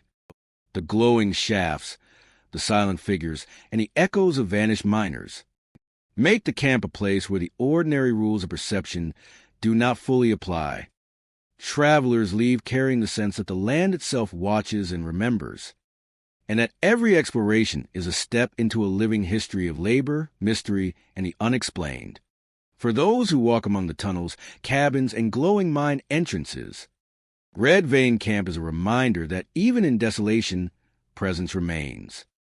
Shadows, whispers, and fleeting figures suggest that the spirits of work, ambition, and tragedy linger, waiting for the next visitor to witness, hear, and feel the story that the red-veined earth continues to tell. Phantom Ridge Camp sits in a remote valley, encircled by jagged ridges that rise like silent sentinels. By day, the camp appears abandoned, with weathered cabins, rusted tools, and the skeletal remains of old mining equipment scattered across the landscape. Shadows stretch along the hills and walls, hinting at the labor and lives that once filled this place. When night falls, the camp transforms. The ridges seem alive with movement, shadows sliding along their contours as if they have a life of their own. Shadows sliding along their contours as if they have a life of their own. The ordinary sounds of the wilderness of wind, distant animals, and creaking wuda take on an eerie resonance, mingling with noises that seem impossible to trace. The ordinary sounds of the wilderness of wind, distant animals, and creaking wuda take on an eerie resonance, mingling with noises that seem impossible to trace. Travelers report sensing eyes upon them from the darkness, a presence that watches and waits just beyond perception. A presence that watches and waits just beyond perception. Chains clank in night, the sound sharp and rhythmic, echoing across the valley. There is no visible source, yet the noise feels deliberate, as though echoing the movements of those who once labored here. The air carries whispers, faint and fragmented, in languages that defy recognition. They wind to the cabins, across the mine shafts, and along the ridges, creating an atmosphere that is both unsettling and compelling. Figures appear among the structures and along the open ridges. They shovel, strike, and maneuver tools in silence, their motions precise and coordinated, yet entirely intangible. When approached, they vanish, leaving the sound of distant chains and whispers as the only confirmation of their presence. The cabins and mining buildings amplify the sense of haunting. Windows catch the moonlight in fractured patterns, revealing fleeting shapes that vanish when examined. Doors creak as if brushed by invisible hands, and stairways groan under the weight of footsteps that are not there. Every corner of the camp seems alive, with residual motion, a lingering echo of labor, life, and presence that refuses to fade. Fog often drifts through the camp at night, curling around cabins, tools, and shafts. Within the mist, perception shifts. Shadows lengthen and bend. Shapes appear where none should exist, and sounds are amplified, carried in unpredictable directions. The fog blurs a line between the natural and the supernatural, creating a sensation that the camp itself is observing, attentive to every movement. The surrounding ridges contribute to the immersive atmosphere. Their jagged peaks cast elongated shadows that twist across the camp, moving with the wind and the shifting fog. The landscape feels responsive, almost sentient, as if it participates in the ongoing story of Phantom Ridge Camp. Travelers report a heightened awareness, a sense of being seen and accounted for as they move through the terrain. The natural environment at night intensifies the sensation of the unexplained. The rustle of leaves, the distant call of nocturnal birds, and the soft splash of water from nearby streams all carry new weight. Sounds appear closer or further than they should be, and every motion in the fog or along the ridges seems imbued with intention. The camp and the landscape together create a stage for experiences that are immersive and unsettling. Visitors sometimes encounter subtle physical sensations that have no clear source. A brush against the arm, a sudden chill, or the vibration of the ground beneath the feet. The vibration of the ground beneath the feet reinforces the impression of presence. Tools and small objects occasionally move without explanation, tilting or shifting as if guided by unseen hands. These subtle phenomena enhance the feeling that Phantom Ridge Camp is not merely a place of memory, but one inhabited by echoes of the past that continue to act in the present. Time behaves strangely within the camp at night.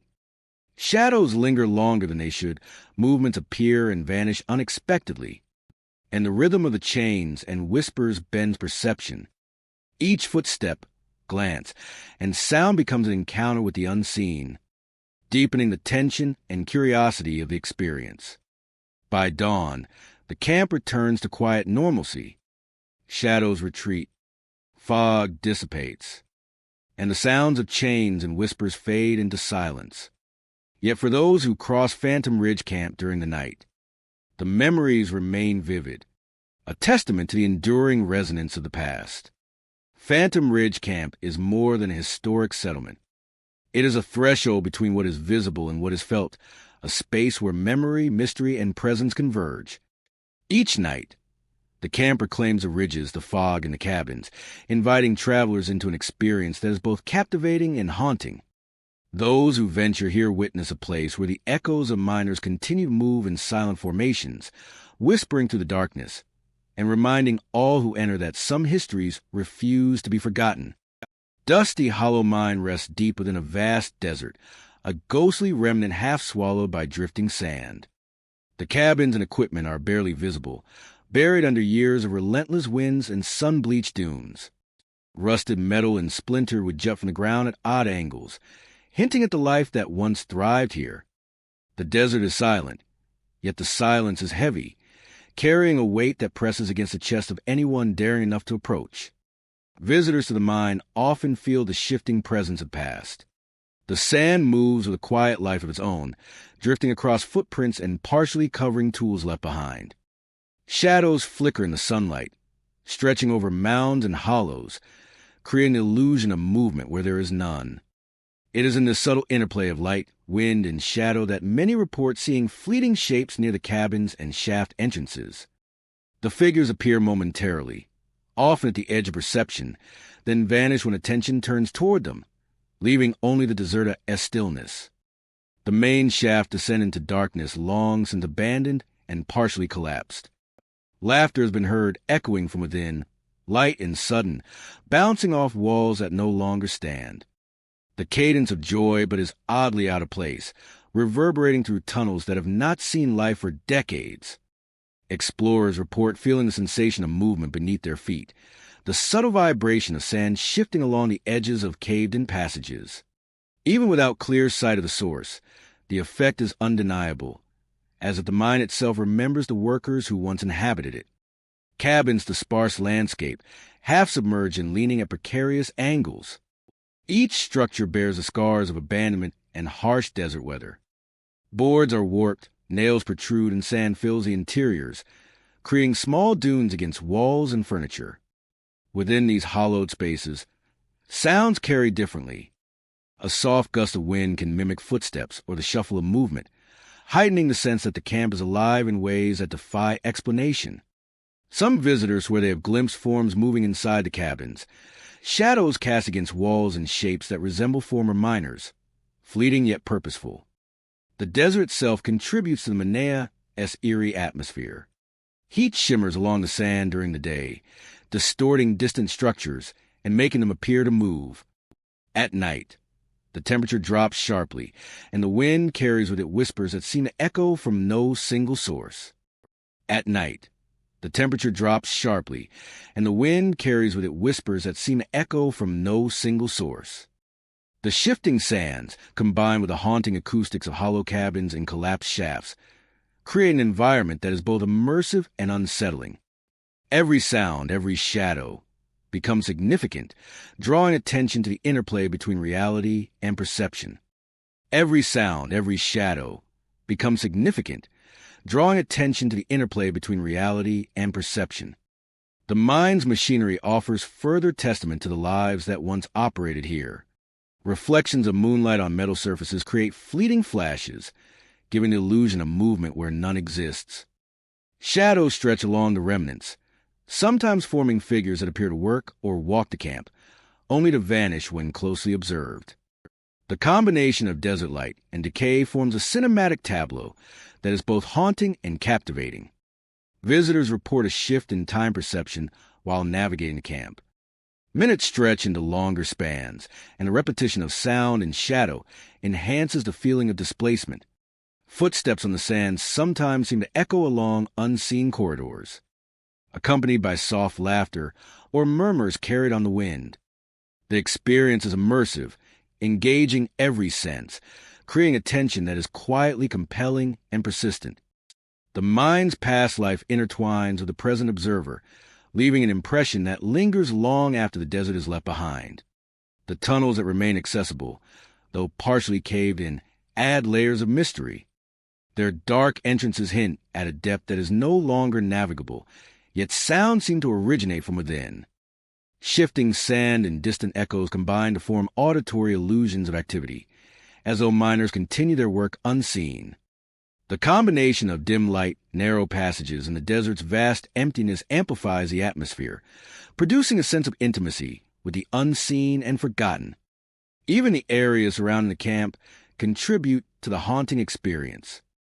Small dunes create hidden hollows, where shadows appear to move independently. Sparse desert vegetation sways in patterns that suggest presence, while distant hills reflect light in ways that make the terrain appear alive. The interplay of natural and human-made elements reinforces the sense that Dusty Hollow Mine exists as a threshold between history and memory, reality and perception. Explorers leave the site with impressions that linger. Fleeting shapes near cabins, laughter from collapsed tunnels, and the subtle movement of wind-blown sand create a story of persistent memory and unseen activity. The environment engages both curiosity and caution, requiring observation, patience, and respect. Each crossing of the mind, each encounter with its shifting shadows and echoes, becomes a deeply immersive journey that merges the natural desert with the spectral remnants of human endeavor. Dusty Hollow Mine endures as a silent witness to its past. The wind continues to whistle through cabins and across sand dunes. Figures move fleetingly near shafts and ruins, and laughter drifts from tunnels buried in shadow and sand. The camp stands as a cinematic, immersive landscape, a place where history, memory, and the unexplained converge. A place where history, memory, and the unexplained converge, offering those who venture near an experience that is haunting, mysterious, and unforgettable. Coppervale Camp rests in a remote stretch of desert, its cabins scattered unevenly across cracked earth and scrubland. The structures are weathered by wind and sun, their paint faded and peeling, and the timbers warped from years of neglect. Roofs sag in places, and windows are broken or missing, leaving dark voids that stare like hollow eyes into surrounding emptiness. The camp feels abandoned, yet there is a persistent sense that it has never truly been empty. Visitors often speak of figures glimpsed in the windows and doorways. At first, they appear as fleeting shadows, indistinct and difficult to focus on. Some stand motionless, as though observing those who wander through the camp, while others seem to move along the corridors of light and shadow, vanishing whenever attention turns fully toward them. The effect is subtle, yet unmistakable, leaving a lingering awareness that the camp is alive with more than memory. Lantern lights are another common phenomenon. Small points of glow drift through the cabins at night, moving as if carried by unseen hands. Sometimes they hover above tables or walk slowly along dusty floors, illuminating details of the interior with a warm, flickering glow. Other times, they appear outside, moving through broken windows or casting their light across exterior walls. These lanterns seem to guide, rather than threaten, and they create an atmosphere that is both enchanting and unsettling. The camp is surrounded by quiet, open land, and the absence of modern noise amplifies the smallest sounds. Whine through the empty cabins becomes a whisper, a creak with a voice. Shadows stretch unnaturally as the light of lanterns or flashlights falls across the structures, creating shapes that shift and twist with every movement. Each step taken to the camp is deliberate, a cautious negotiation of both physical space and the subtle presence that seems to watch from all directions. Some explorers describe being guided through the dark tunnels that lie beneath the camp. These passages are narrow and uneven, lined with timbers that have long since aged and weakened. In these subterranean corridors, the sensation of guidance is unmistakable. An unseen hand may brush a shoulder, or a subtle pressure at the back urges movement forward. Travelers report a sense of being accompanied, though no one is visible, and the path often leads to spaces that are unfamiliar or dangerous, yet strangely compelling. The tunnels themselves are labyrinthine. Dust rises in the faint light, creating a haze. The scent of earth and metal, tinged with a cool dampness. The distant hum of shifting rocks and the faint creak of timbers. Every footstep echoes, magnifying the sense of isolation, while the distant hum of shifting rocks and the faint creak of timbers lend a constant, almost rhythmic presence. Above ground, the cabins are filled with the remnants of daily life, frozen in time. Rusted tools, broken furniture, and scattered debris mark the passage of years. Light filtering through gaps in the walls and roofs interacts with shadows in unpredictable ways, creating fleeting images that seem alive for a moment before dissolving. The combination of environment, memory, and unexplained phenomena produces a layered experience, one that is immersive and haunting in equal measure. Sightings of figures and lights are often accompanied by a sense of being observed. Explorers describe a heightened awareness of sound, shadow, and movement. Every creak, every flicker of light, and every subtle change in temperature is amplified, reinforcing the impression that the camp has a consciousness of its own. The experience is as psychological as it is visual, drawing attention to the interplay between perception and reality, leaving visitors with memories that persist long after they leave the site. The atmosphere of Coppervale Camp is further intensified by its isolation. Surrounded by barren land, the camp sits as a solitary cluster of human presence in a vast and empty landscape.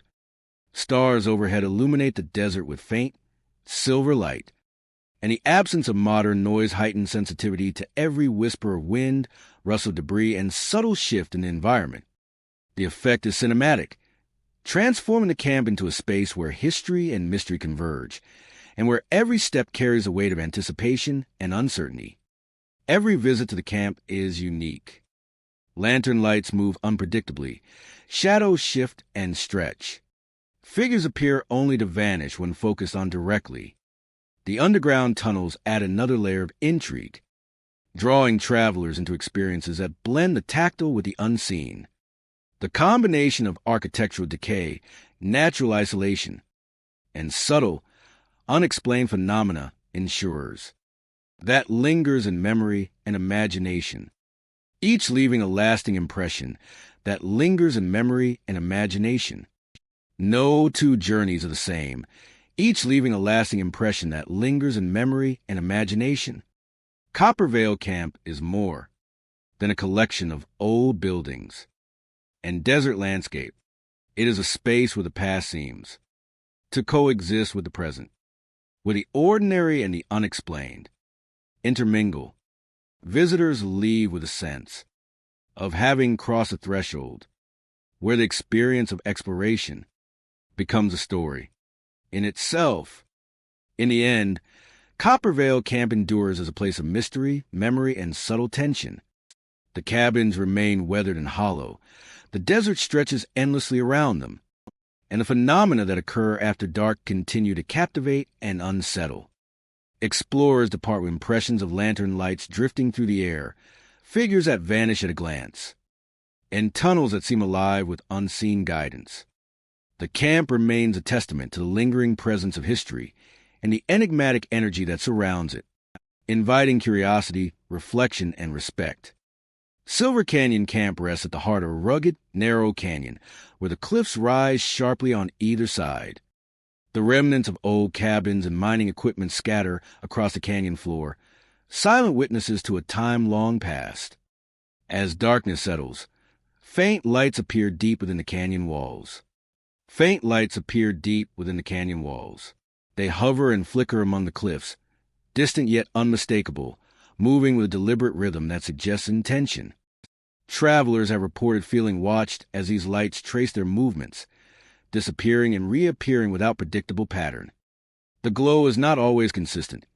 Sometimes dim and almost imperceptible, other times bright enough to cast long shadows across the rocky paths and the remains of old cabins. Figures are often seen along the edges of cliffs, silhouettes standing motionless against the night sky. Their presence is unsettling, as if they are observers of the living, silent guardians or witnesses of history that refuse to rest. When approached, the figures vanish without trace, leaving only the echo of footsteps or the subtle rustle of wind through the rocks. Visitors describe a sensation of eyes following them even when the canyon appears empty, an unshakable feeling of being observed from every angle. Inside the cabins, the atmosphere is equally eerie. Whispers follow visitors as they move through narrow hallways and along the wooden floors. Sometimes the whispers are almost conversational, a chorus of fragmented voices rising and fading with no clear source. Doors creak open and close on their own, and faint movements are glimpsed in the corners of rooms, objects shifting slightly when no one is looking. Each experience contributes to the sense that the canyon itself is alive, imbued with memories and echoes of those who once inhabited the camp. The canyon's geography amplifies every sound and shadow. Footsteps echo unnaturally across the cliffs and canyon walls, carrying whispers and murmurs far beyond their source. The wind seems to carry voices from unseen places, sometimes urgent, sometimes mournful, and sometimes impossibly light, almost teasing the listener with fleeting phrases. Travelers often experience a disorienting effect, where distances seem altered, paths twist unexpectedly, and familiar landmarks appear shifted or duplicated. Explorers at Silver Canyon Camp often report fleeting glimpses of movement along the trails and ridges. Shadows flit among rocks and ruins, moving independently of the wind or any natural cause. Lantern lights are seen glowing faintly within abandoned cabins or along deserted paths, appearing and disappearing without warning. Occasionally, the air grows inexplicably cold, drawing attention to a presence that cannot be fully seen. Visitors describe a heightened awareness, the kind that leaves them alert to every subtle sound or motion, their senses unnaturally sharpened by the canyon's strange energy. The history of Silver Canyon Camp is etched into every stone and beam. Miners and settlers who once inhabited the camp faced isolation, danger, and hardship, their labor and stories lingering long after the last cabin was abandoned. This lingering presence seems to manifest at night, when the Cañona-esque shadows grow long and the lights appear. Some travelers interpret the whispers and movements as echoes of the past, while others feel the presence of entities watching, curious, or protective of the space they once called home. Paths winding to the canyon are unpredictable, with narrow ledges and sudden drops that make the terrain both physically and psychologically challenging. Hikers often describe a feeling of being guided or deterred by unseen hands, subtle nudges or brushes that alter their course without explanation. Lanterns on window sills sometimes glow as if recently tended, and small objects are occasionally found out of place, adding to the sense that the camp is not entirely abandoned, but occupied by forces beyond understanding. And small objects are occasionally found out of place, adding to the sense that the camp is not entirely abandoned, but occupied by forces beyond understanding. The canyon's atmosphere intensifies with the setting of the moon. Silver light spills across the cliffs, enhancing shadows and illuminating the movements of unseen figures. The combination of natural beauty and eerie activity creates a dissonant experience, where awe and unease coexist. Travelers find themselves looking over shoulders, listening for whispers, and peering into the darkness, unsure whether they are witnessing memory, imagination, or something that has persisted far longer than any human lifespan. Even the most skeptical visitors often leave with a lingering sense of the extraordinary. sounds and lights that cannot be explained, the impression of eyes following each step, and figures glimpsed at the edges of vision, create memories that are vivid and haunting. The canyon seems to resist full understanding, offering only fragments of experiences. Invite curiosity, caution, and respect. Silver Canyon Camp is a place where the past and present collide. Shadows and whispers, lights and figures, all converge to create an environment where perception and reality blur. Visitors are reminded that some places hold memory and energy that endure, lingering long after human activity ceases. Each exploration is a journey into a living history, where every rusted beam, rocky path, and flickering light tells a story of those who once walked the canyon and those who continue to watch. The allure of Silver Canyon Camp lies not only in its dramatic cliffs and rugged landscape, but in its mysteries. Figures on cliff edges, whispering voices, and glowing lights create an immersive experience that challenges perception and evokes wonder. Travelers leave carrying the Quinona-esque stories with them, a reminder that the world still holds places where the unseen and the known exist side by side, and that some echoes of the past are never truly silent. Hollow Rock Mine lies hidden in a rugged mountainside, its entrance dark and inviting, yet foreboding. By day, it appears abandoned, a relic of labor long past, with weathered beams and rusted tracks hinting at the miners who once toiled within. But as night falls, the mine seems to awaken, drawing explorers into a world where the past and present converge in subtle, haunting ways. Those who venture inside often speak of strange sights at the very entrance. Figures appear wearing old-fashioned mining clothing, carrying lanterns that emit a soft, flickering glow. They move with ease, navigating the tunnels with a familiarity that belies their sudden disappearance. The labor of the miners continues, even in the absence of their presence. Footsteps echo through the tunnels, though no one else seems present. The sound resonates off stone walls and wooden supports, growing louder as explorers move further into mine. Each step is amplified in the quiet darkness, creating a rhythm that is both unnerving and hypnotic. Travelers report that the echoes seem to follow, appearing behind them even when the paths they have walked are empty, lending a sense of presence that is impossible to ignore. The tunnels themselves are narrow and winding, carved deep into the mountainside. Water drips from the ceilings, forming shallow pools. Shadows dance across walls in irregular patterns, sometimes resembling the miners who are said to linger here. The atmosphere is thick, heavy with the memory of work, sweat, and lives once lived, creating a tension that permeates every step and glance. Explorers sometimes feel a sudden brush against their backs, icy and fleeting.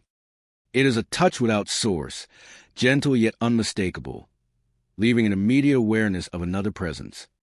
The sensation is accompanied by a whisper of cold air, carrying the unmistakable weight of the mine itself. The experience is subtle, but it lingers, a reminder that Hollow Rock Mine is more than empty tunnels and abandoned equipment. It is a space inhabited by the traces of its past. Lanterns flicker in ways that defy explanation.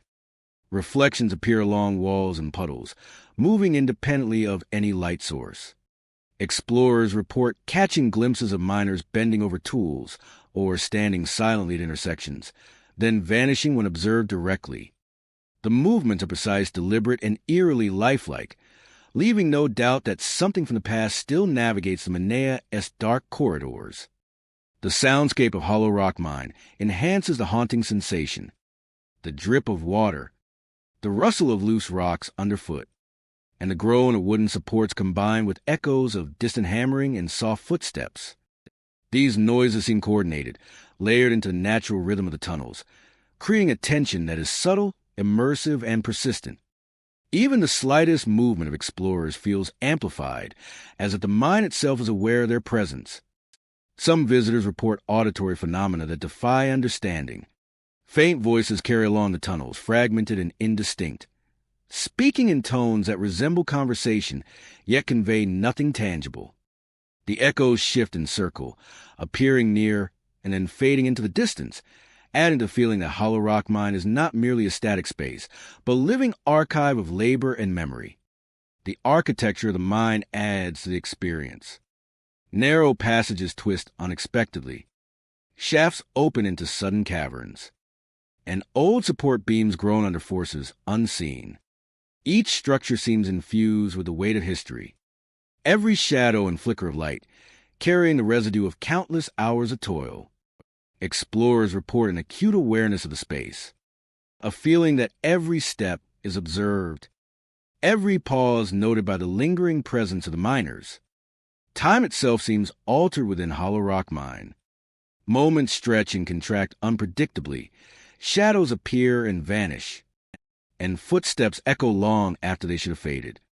The experience creates both tension and fascination, drawing visitors deeper into the tunnels, compelled to witness and navigate the echoes of lives once lived. By the first light of day, the mine appears unchanged from its daytime appearance. Dark tunnels, rusted tracks, and empty shafts. Yet those who have spent time inside carry vivid impressions. Lanterns flickering without flame, ghostly miners at work, footsteps following in silence, and the icy touch of unseen hands remain etched in memory.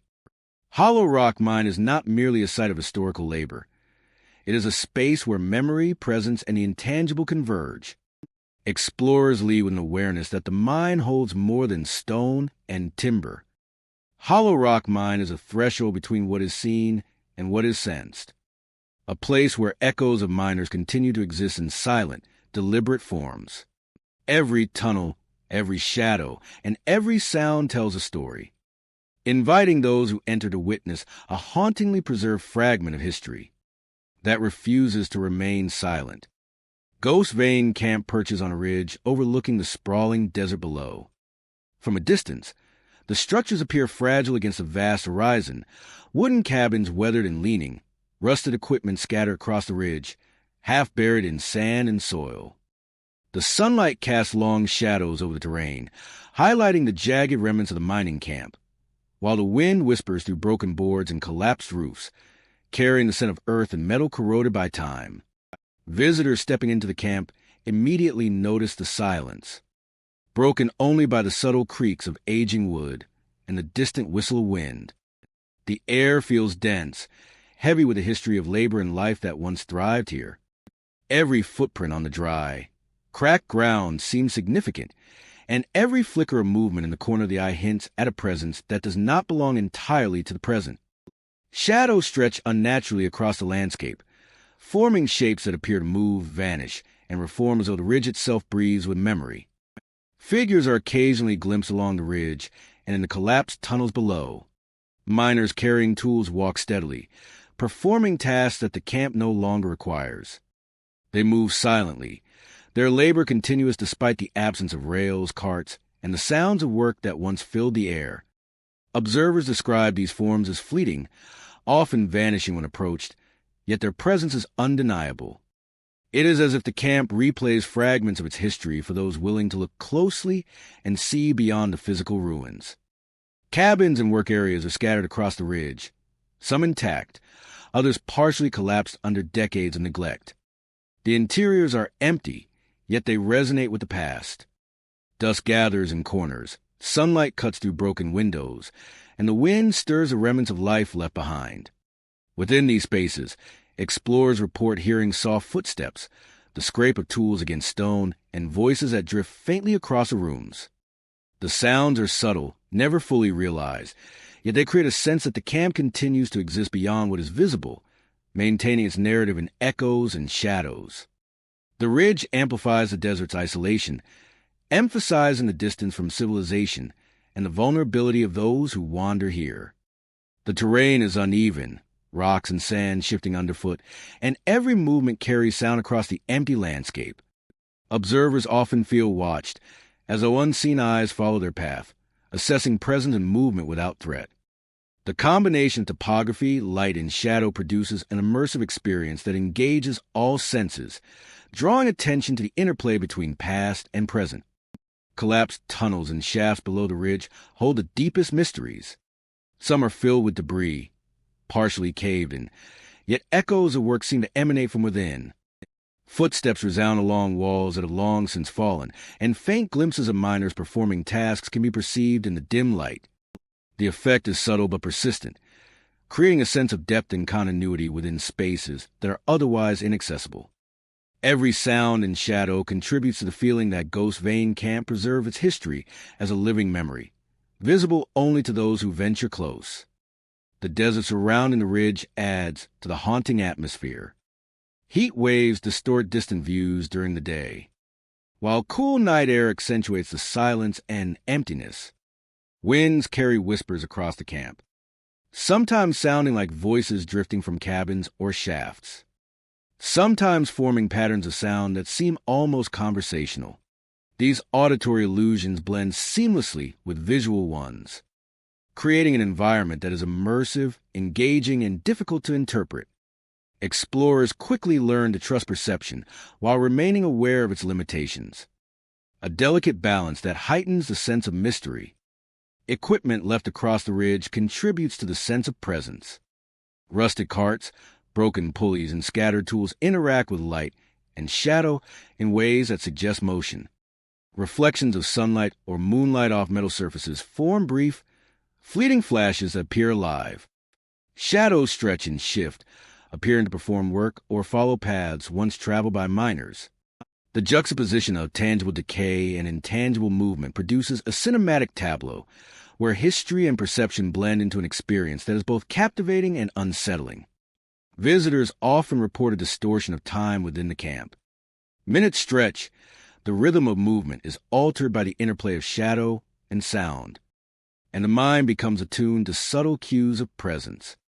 Footsteps, whispers, and glimpses of activity draw explorers deeper into observation, encouraging patience and attentiveness. The ridge and its structures form a space where human perception meets the lingering energy of labor, memory, and absence, producing an experience that engages both curiosity and caution.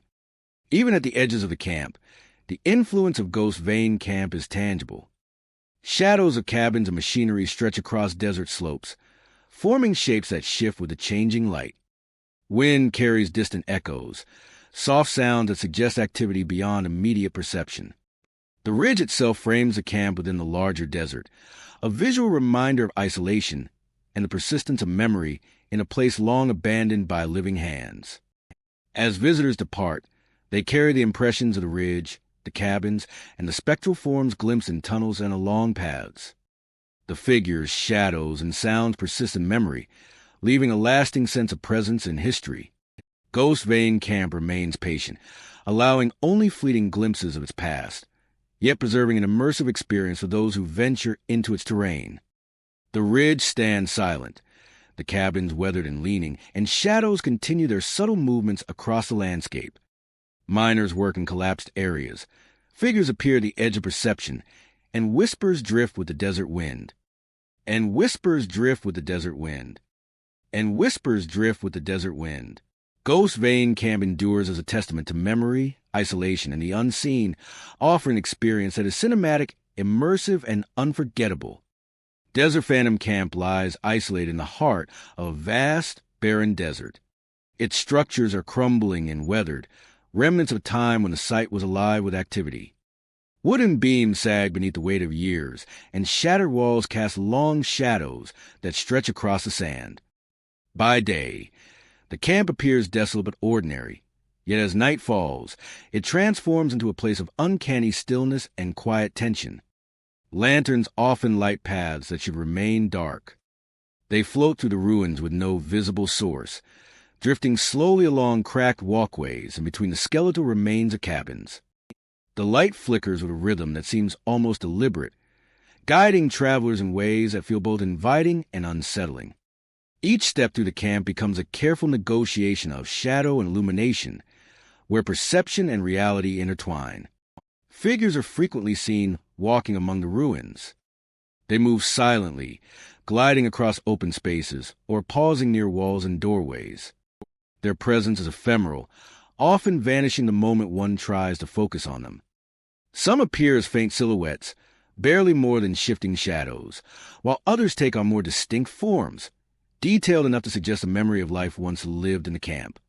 These figures seem indifferent to the living, yet the sensation of being observed is inescapable, as though the ruins themselves have become a stage for echoes of the past. The air within Desert Phantom Camp is thick and heavy.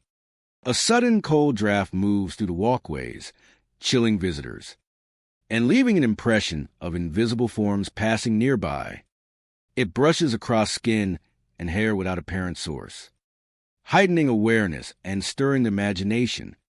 The temperature shifts unpredictably, sometimes dropping sharply in moments when silence dominates, making the presence of the camp's unseen occupants all the more palpable. Every structure tells a story.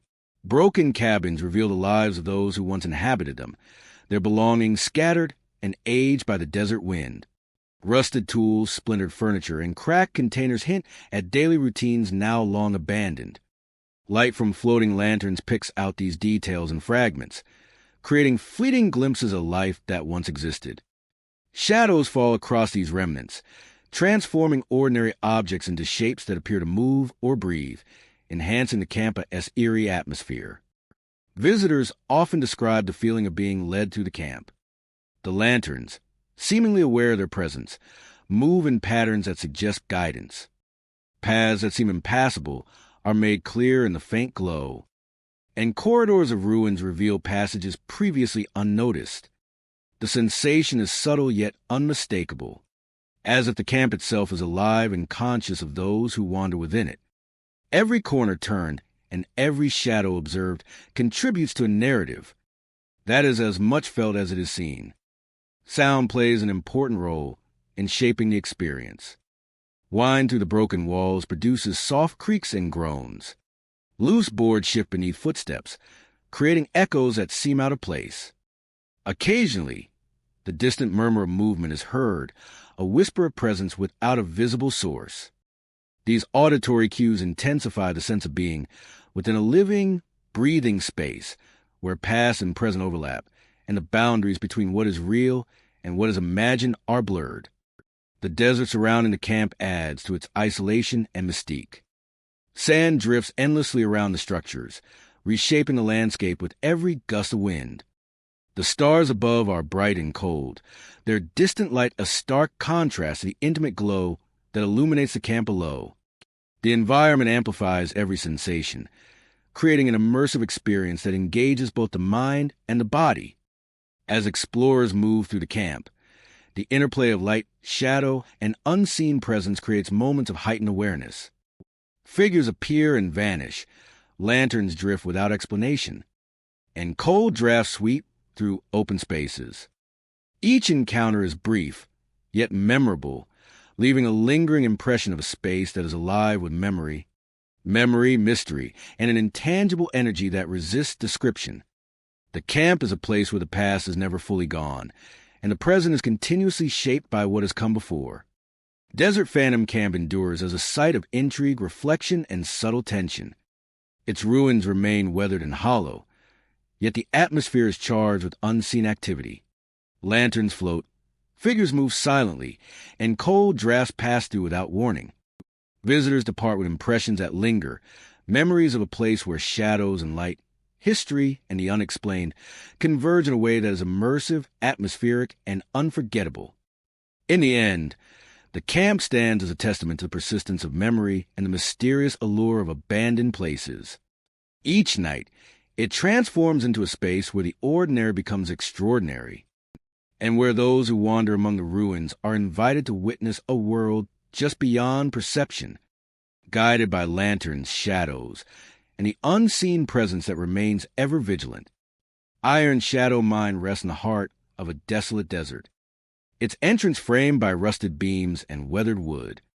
The land around it is barren, the wind sweeping across jagged rocks and sand, carrying with it a silence that feels deliberate and heavy. By day, the mine appears abandoned, a relic of past labor and ambition.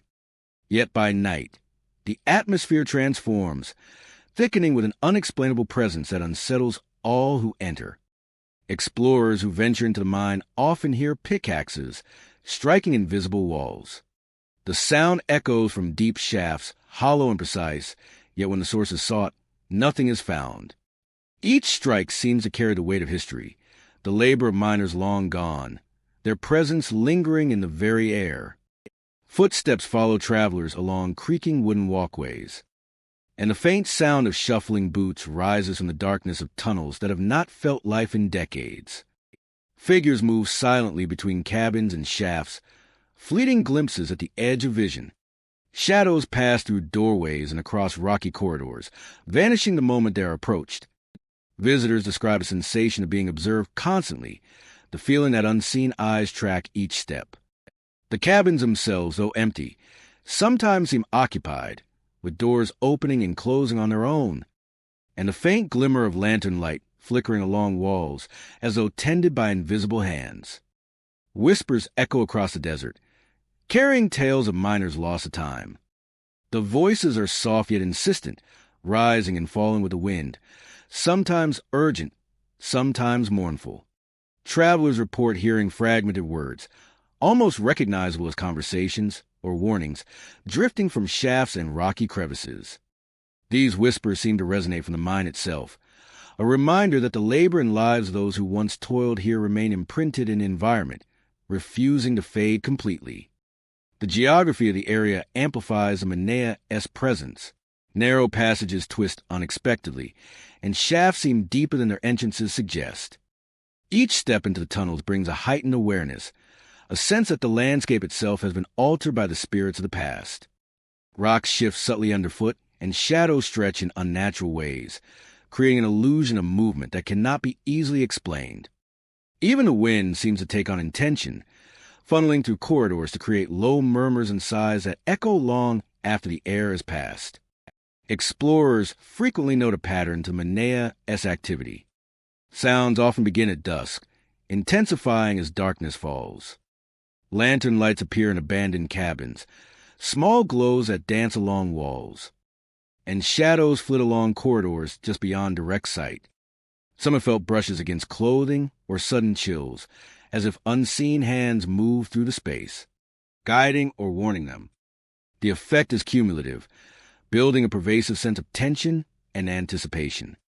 That keeps every visitor alert, uncertain, and acutely aware of the environment around them. The history of Iron Shadow Mine is etched into its walls. Miners once worked tirelessly to extract iron and other minerals, facing isolation, danger, and harsh conditions. Many perished from accidents, cave-ins, and the unforgiving desert climate. These lives and the hardships endured seem to linger in the mine, manifesting as echoes, glimpses of figures, and sounds that refuse to obey explanation. The cabins and shafts stand as silent witnesses, their decay highlighting the contrast between the vibrancy of past labor and the quiet desolation of the present. Paths around the mine are equally unsettling. Tracks of footprints appear and vanish in sand and dust, suggesting movement that cannot be accounted for. Shadows linger at the edges of light, seemingly watching, waiting, or leading travelers deeper into the network of shafts and cabins. Visitors often describe a growing unease, a sense that leaving the mine is not entirely their own decision, and that the desert around Iron Shadow Mine holds memories and presences that insist on attention. At night, the mine transforms fully. Lanterns glow faintly in cabins. Pickaxe sounds echo from empty shafts. Lanterns glow faintly in cabins. Pickaxe sounds echo from empty shafts, and whispers rise with the wind. Lanterns glow faintly in cabins. Pickaxe sounds echo from empty shafts, and whispers rise with the wind. Figures appear in fleeting glimpses. Lanterns glow faintly in cabins. Pickaxe sounds echo from empty shafts, and whispers rise with the wind. Figures appear in fleeting glimpses, sometimes standing perfectly still, other times moving with deliberate, almost purposeful steps. Lanterns glow faintly in cabins. Pickaxe sounds echo from empty shafts, and whispers rise with the wind. Figures appear in fleeting glimpses, sometimes standing perfectly still, other times moving with deliberate, almost purposeful steps. The interplay of light, shadow, and sound creates a cinematic landscape of tension and mystery. Lanterns glow faintly in cabins. Pickaxe sounds echo from empty shafts, and whispers rise with the wind. Figures appear in fleeting glimpses, sometimes standing perfectly still, other times moving with deliberate, almost purposeful steps. The interplay of light, shadow, and sound create a cinematic landscape of tension and mystery, one that challenges perception and invites reflection on the lives that came before. Even the most skeptical explorers leave with lingering impressions. Unseen forces, voices, and figures leave memories that are vivid and haunting. The desert around Iron Shadow Mine seems to remember every step, every sound, and every life, keeping them alive in a way that defies natural explanation. Travelers leave the site with a mix of awe, respect, and unease, aware that some places hold histories that refuse to be silent, that the echoes of human endeavor can linger far beyond the span of life. Iron Shadow Mine stands as a testament to endurance, labor, and the lingering presence of those lost to time. The mine, its cabins, and the surrounding desert create an immersive environment where past and present intersect. Visitors experience sounds, shadows, and whispers that seem to blur the line between memory and reality. The Minea story is one of mystery, history, and the persistence of presence, reminding all who enter that some echoes refuse to die, and that the desert itself can hold both memory and life beyond the visible world. Each exploration of Iron Shadow Mine is a journey into a space where history, mystery, and the unexplained coexist. The sounds of pickaxes, the movement of shadows, and the whispers of lost miners create an atmosphere that is both eerie and compelling. Travelers leave with impressions that linger, carrying the sense that the mine watches, remembers, and interacts with those who dare to explore its depths. The desert around Iron Shadow Mine remains silent by day, yet by night it reveals the voices, figures, and presences that make this location one of the most enigmatic and haunting sites to be experienced. Red dust camp sits in the barren expanse where the earth is dry, and the wind carries a constant, restless energy. By day, the camp appears desolate, with weathered cabins, rusted tools, and the skeletal remains of mining equipment scattered across the ground. The sun beats down on the red dust, leaving the landscape muted and lifeless. Yet when night falls, the camp transforms, and the atmosphere becomes charged with a quiet tension that hints at a presence unseen. The wind moves through the camp in strange ways, carries sounds that seem deliberate, whispers that twist through the air, as if the canyon itself is trying to speak. A sense of caution, a subtle warning that something is different here, a feeling that the land itself knows secrets it will not reveal easily. The gust shifts suddenly, brushing against cabins and equipment, amplifying the eerie stillness that pervades the night. Figures appear along the dusty paths, emerging from shadows as if drawn by curiosity or obligation. Ghostly miners walk toward visitors with slow, deliberate pace. They carry no tools in their hands, yet their movements are precise, almost purposeful.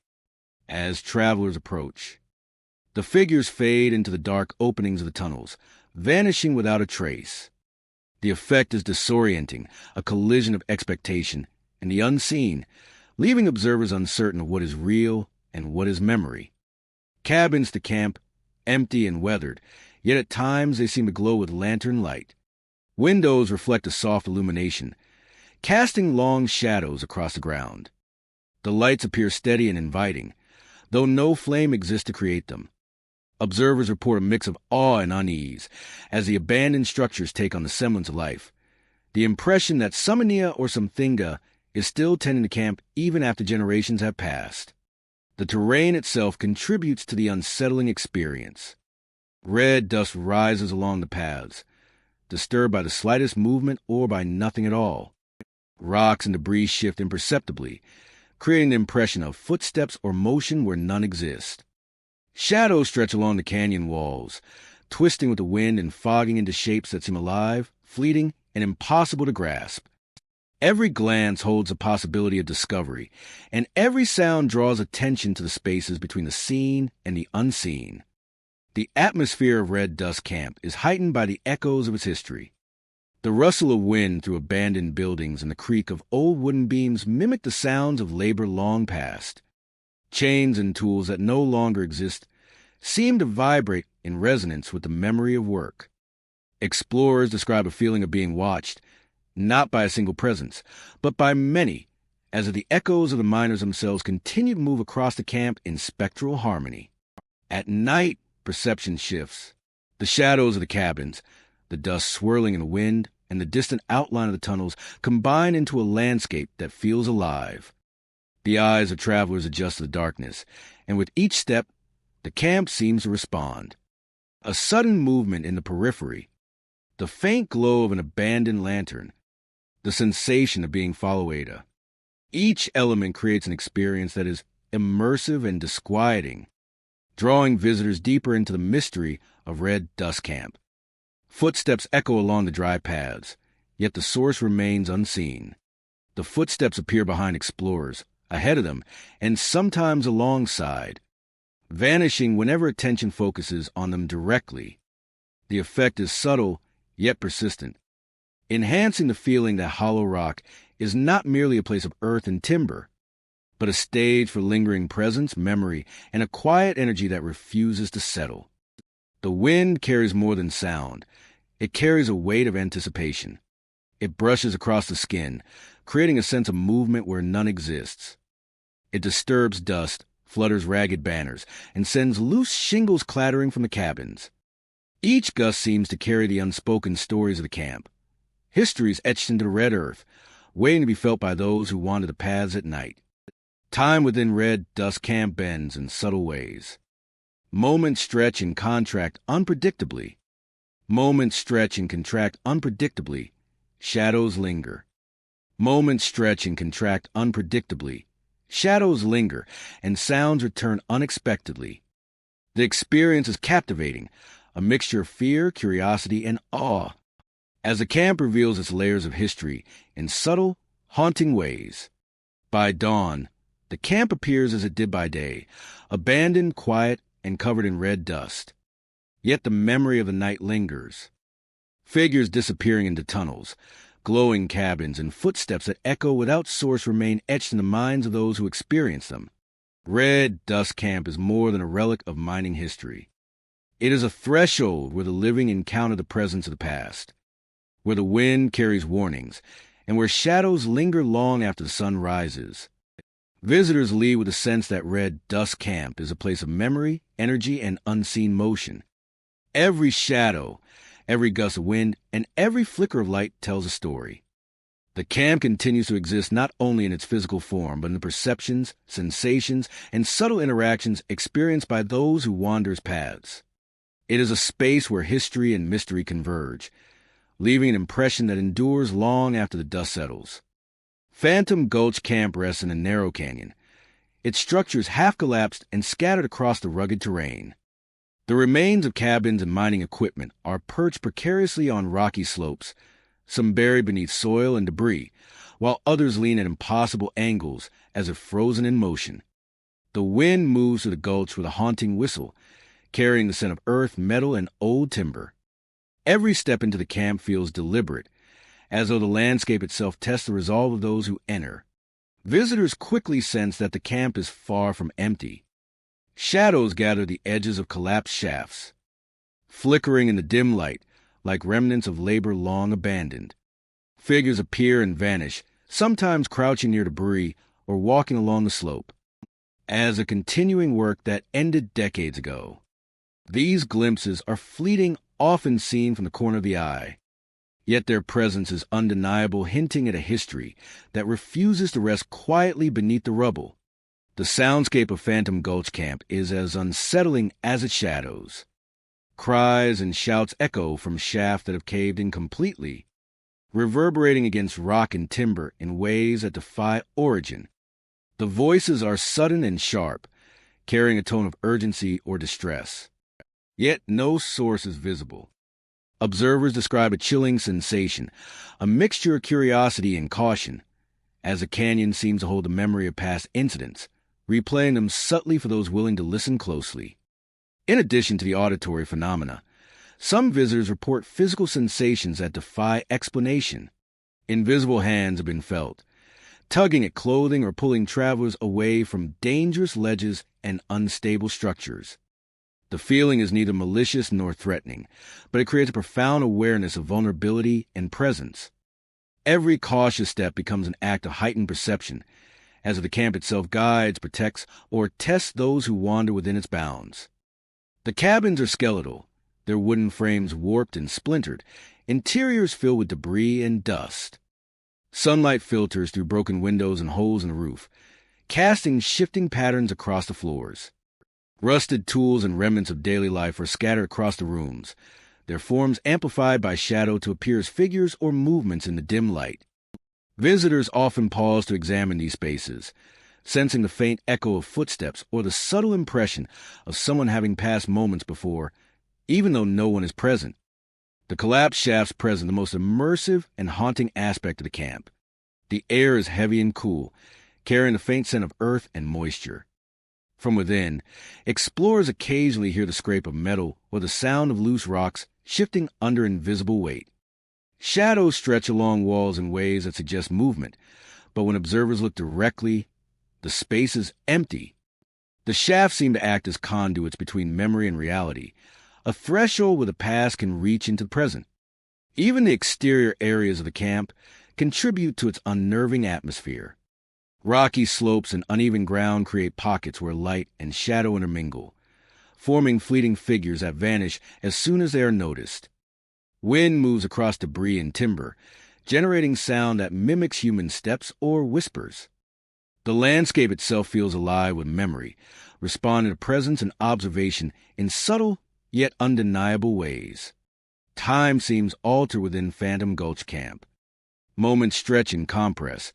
Shadows linger longer than logic allows. And sounds echo unpredictably.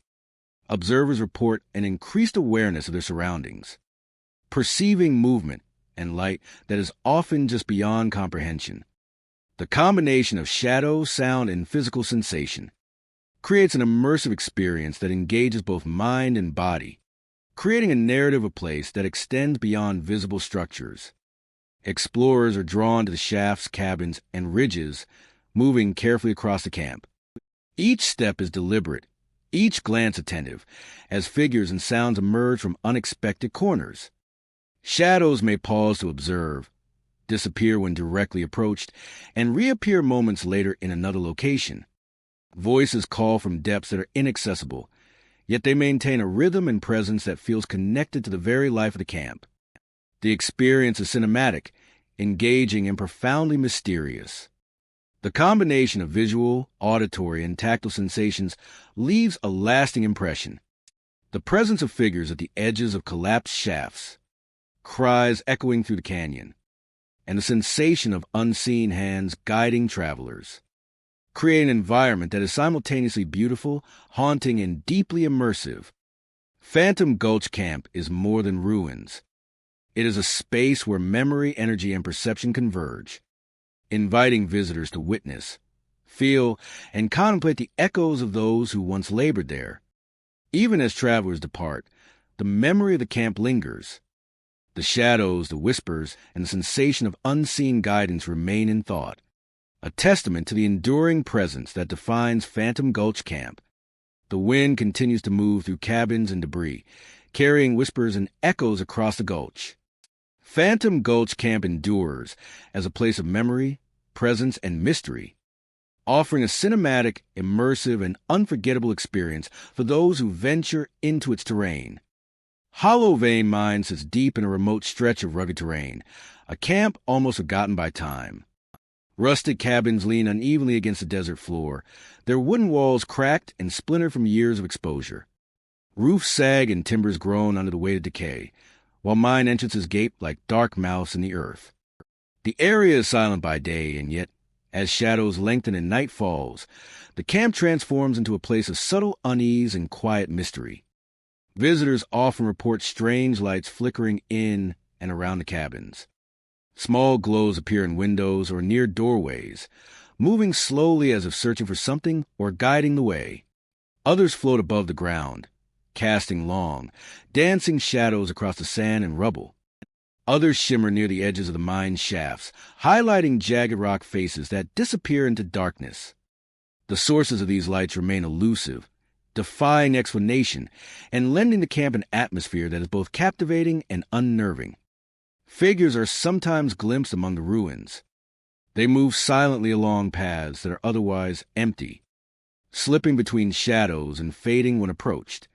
Some appear as fleeting silhouettes, while others are more defined, hinting at forms that might once have belonged to the miners and workers who inhabited the camp decades ago.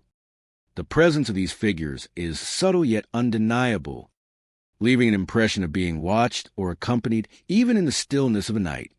The mines themselves are a network of tunnels and shafts that stretch deep into the earth. The air is heavy with the scent of dust and metal, and the walls echo faint noises that suggest movement far below the surface. The scrape of tools against stone, the distant rumble of shifting rock, or the faint murmur of voices. Yet, when investigated, no one is there. The sound and silence combine to create an immersive, almost otherworldly experience, as if the minds themselves remember the labor and lives that once filled them. Explorers often describe sudden sensations of disorientation within the camp. Some have disappeared briefly, moving through a hallway, a tunnel, or an open space only to return moments later with no memory of where they had been. The experience leaves a lingering sense of unease, a feeling that time and space within hollow vein mines do not behave as expected. These episodes add to the camp's enigmatic reputation, transforming it from a simple abandoned mining site into a place where perception and reality seem to shift unpredictably. The terrain around the camp amplifies the atmosphere. Rocks are jagged and uneven, creating shadows that stretch and distort with each flicker of light. The isolation of the camp removes familiar reference points, heightening awareness of every sound, movement, and subtle change in the environment. Travelers report that even small noises, the creak of wood or the rustle of loose debris, feel magnified, as if the land itself responds to their presence. Inside the cabins, remnants of the past remain. Rusted tools, broken furniture, and scattered supplies lie frozen in time, telling the story of daily life in the mining camp. Dust covers every surface, disturbed only by the passing of wind or footsteps. Flickering lights illuminate fragments of these objects, creating shapes that seem alive for a moment before dissolving into shadow. Visitors often describe the sensation of being in two places at once, aware of both the present moment and the history that clings invisibly to the structures.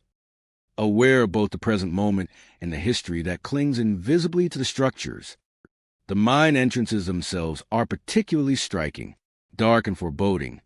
They beckon with the promise of discovery and the possibility of danger. Explorers report that figures sometimes appear near these openings, standing motionless as if watching, before fading into the darkness.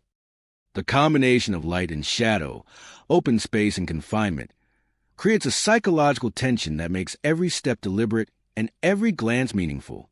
Hollow Vein Mines is not simply a site of historical decay. It is an immersive environment where the ordinary and the unexplained intertwine. Lights move where none should exist. Figures glide silently across the ruins. And the tunnels hold secrets that have no clear origin. The camp's isolation, combined with its rich history and eerie phenomena, makes it a place that captures attention and imagination, drawing travelers into a space where reality is flexible and perception is heightened. The experience of visiting Hollow Vein Mines lingers long after leaving. Memories of floating lights, silent figures, and shifting spaces remain vivid, as do the sensations of cold drafts and the unsettling awareness of the camp's presence. Each journey is unique, shaped by the interaction of history, environment, and unexplained phenomena. The mines, cabins, and tunnels form a cohesive atmosphere that is simultaneously fascinating and unnerving, inviting contemplation and cautious exploration. In the end, Hollow Vein Mines stand as a testament to the endurance of memory and mystery. Its abandoned structures and hidden tunnels remind us of human labor and presence long past, while the strange lights, silent figures, and brief disappearances suggest that the camp is more than a historical site. It is a living narrative, a place where the past and present converge, and where the unexplained continues to capture the imagination of all who venture within its shadowed corridors and desolate grounds. Final Ghost Camp rests deep within the desert, a place where time seems to pause and the air hangs heavy with the weight of lost lives. By day, the camp appears as a collection of collapsed cabins and rusted equipment, a reminder of past labor and ambition abandoned long ago. Lanterns appear to float among the remnants of cabins, their flickering light moving without visible hands. These ethereal illuminations cast long, wavering shadows across broken walls and dusty paths. Travelers report seeing figures of miners appearing briefly within the tunnels or among the ruins, only to vanish when approached. Their movements are deliberate yet silent, leaving a sense that they are observing, guarding, and remembering all that has been lost. Visitors often hear whispered names carried by the desert wind. The voices are soft, urgent, and impossible to trace to any source. Some explorers have felt unseen hands brush against their shoulders or tug lightly at their clothing, a subtle yet unmistakable sensation that reminds them they are not alone. The presence in the camp is pervasive, a combination of lingering spirits, environmental sounds, and an atmosphere charged with history and mystery. The geography of Final Ghost Camp adds to its unnerving nature. Shadows stretch unnaturally, and every flicker of light can transform into the fleeting image of a figure. Sounds echo unpredictably from distant tunnels or the empty spaces between cabins, creating a sense of movement and activity that cannot be accounted for. Explorers have noted a rhythm to the haunting.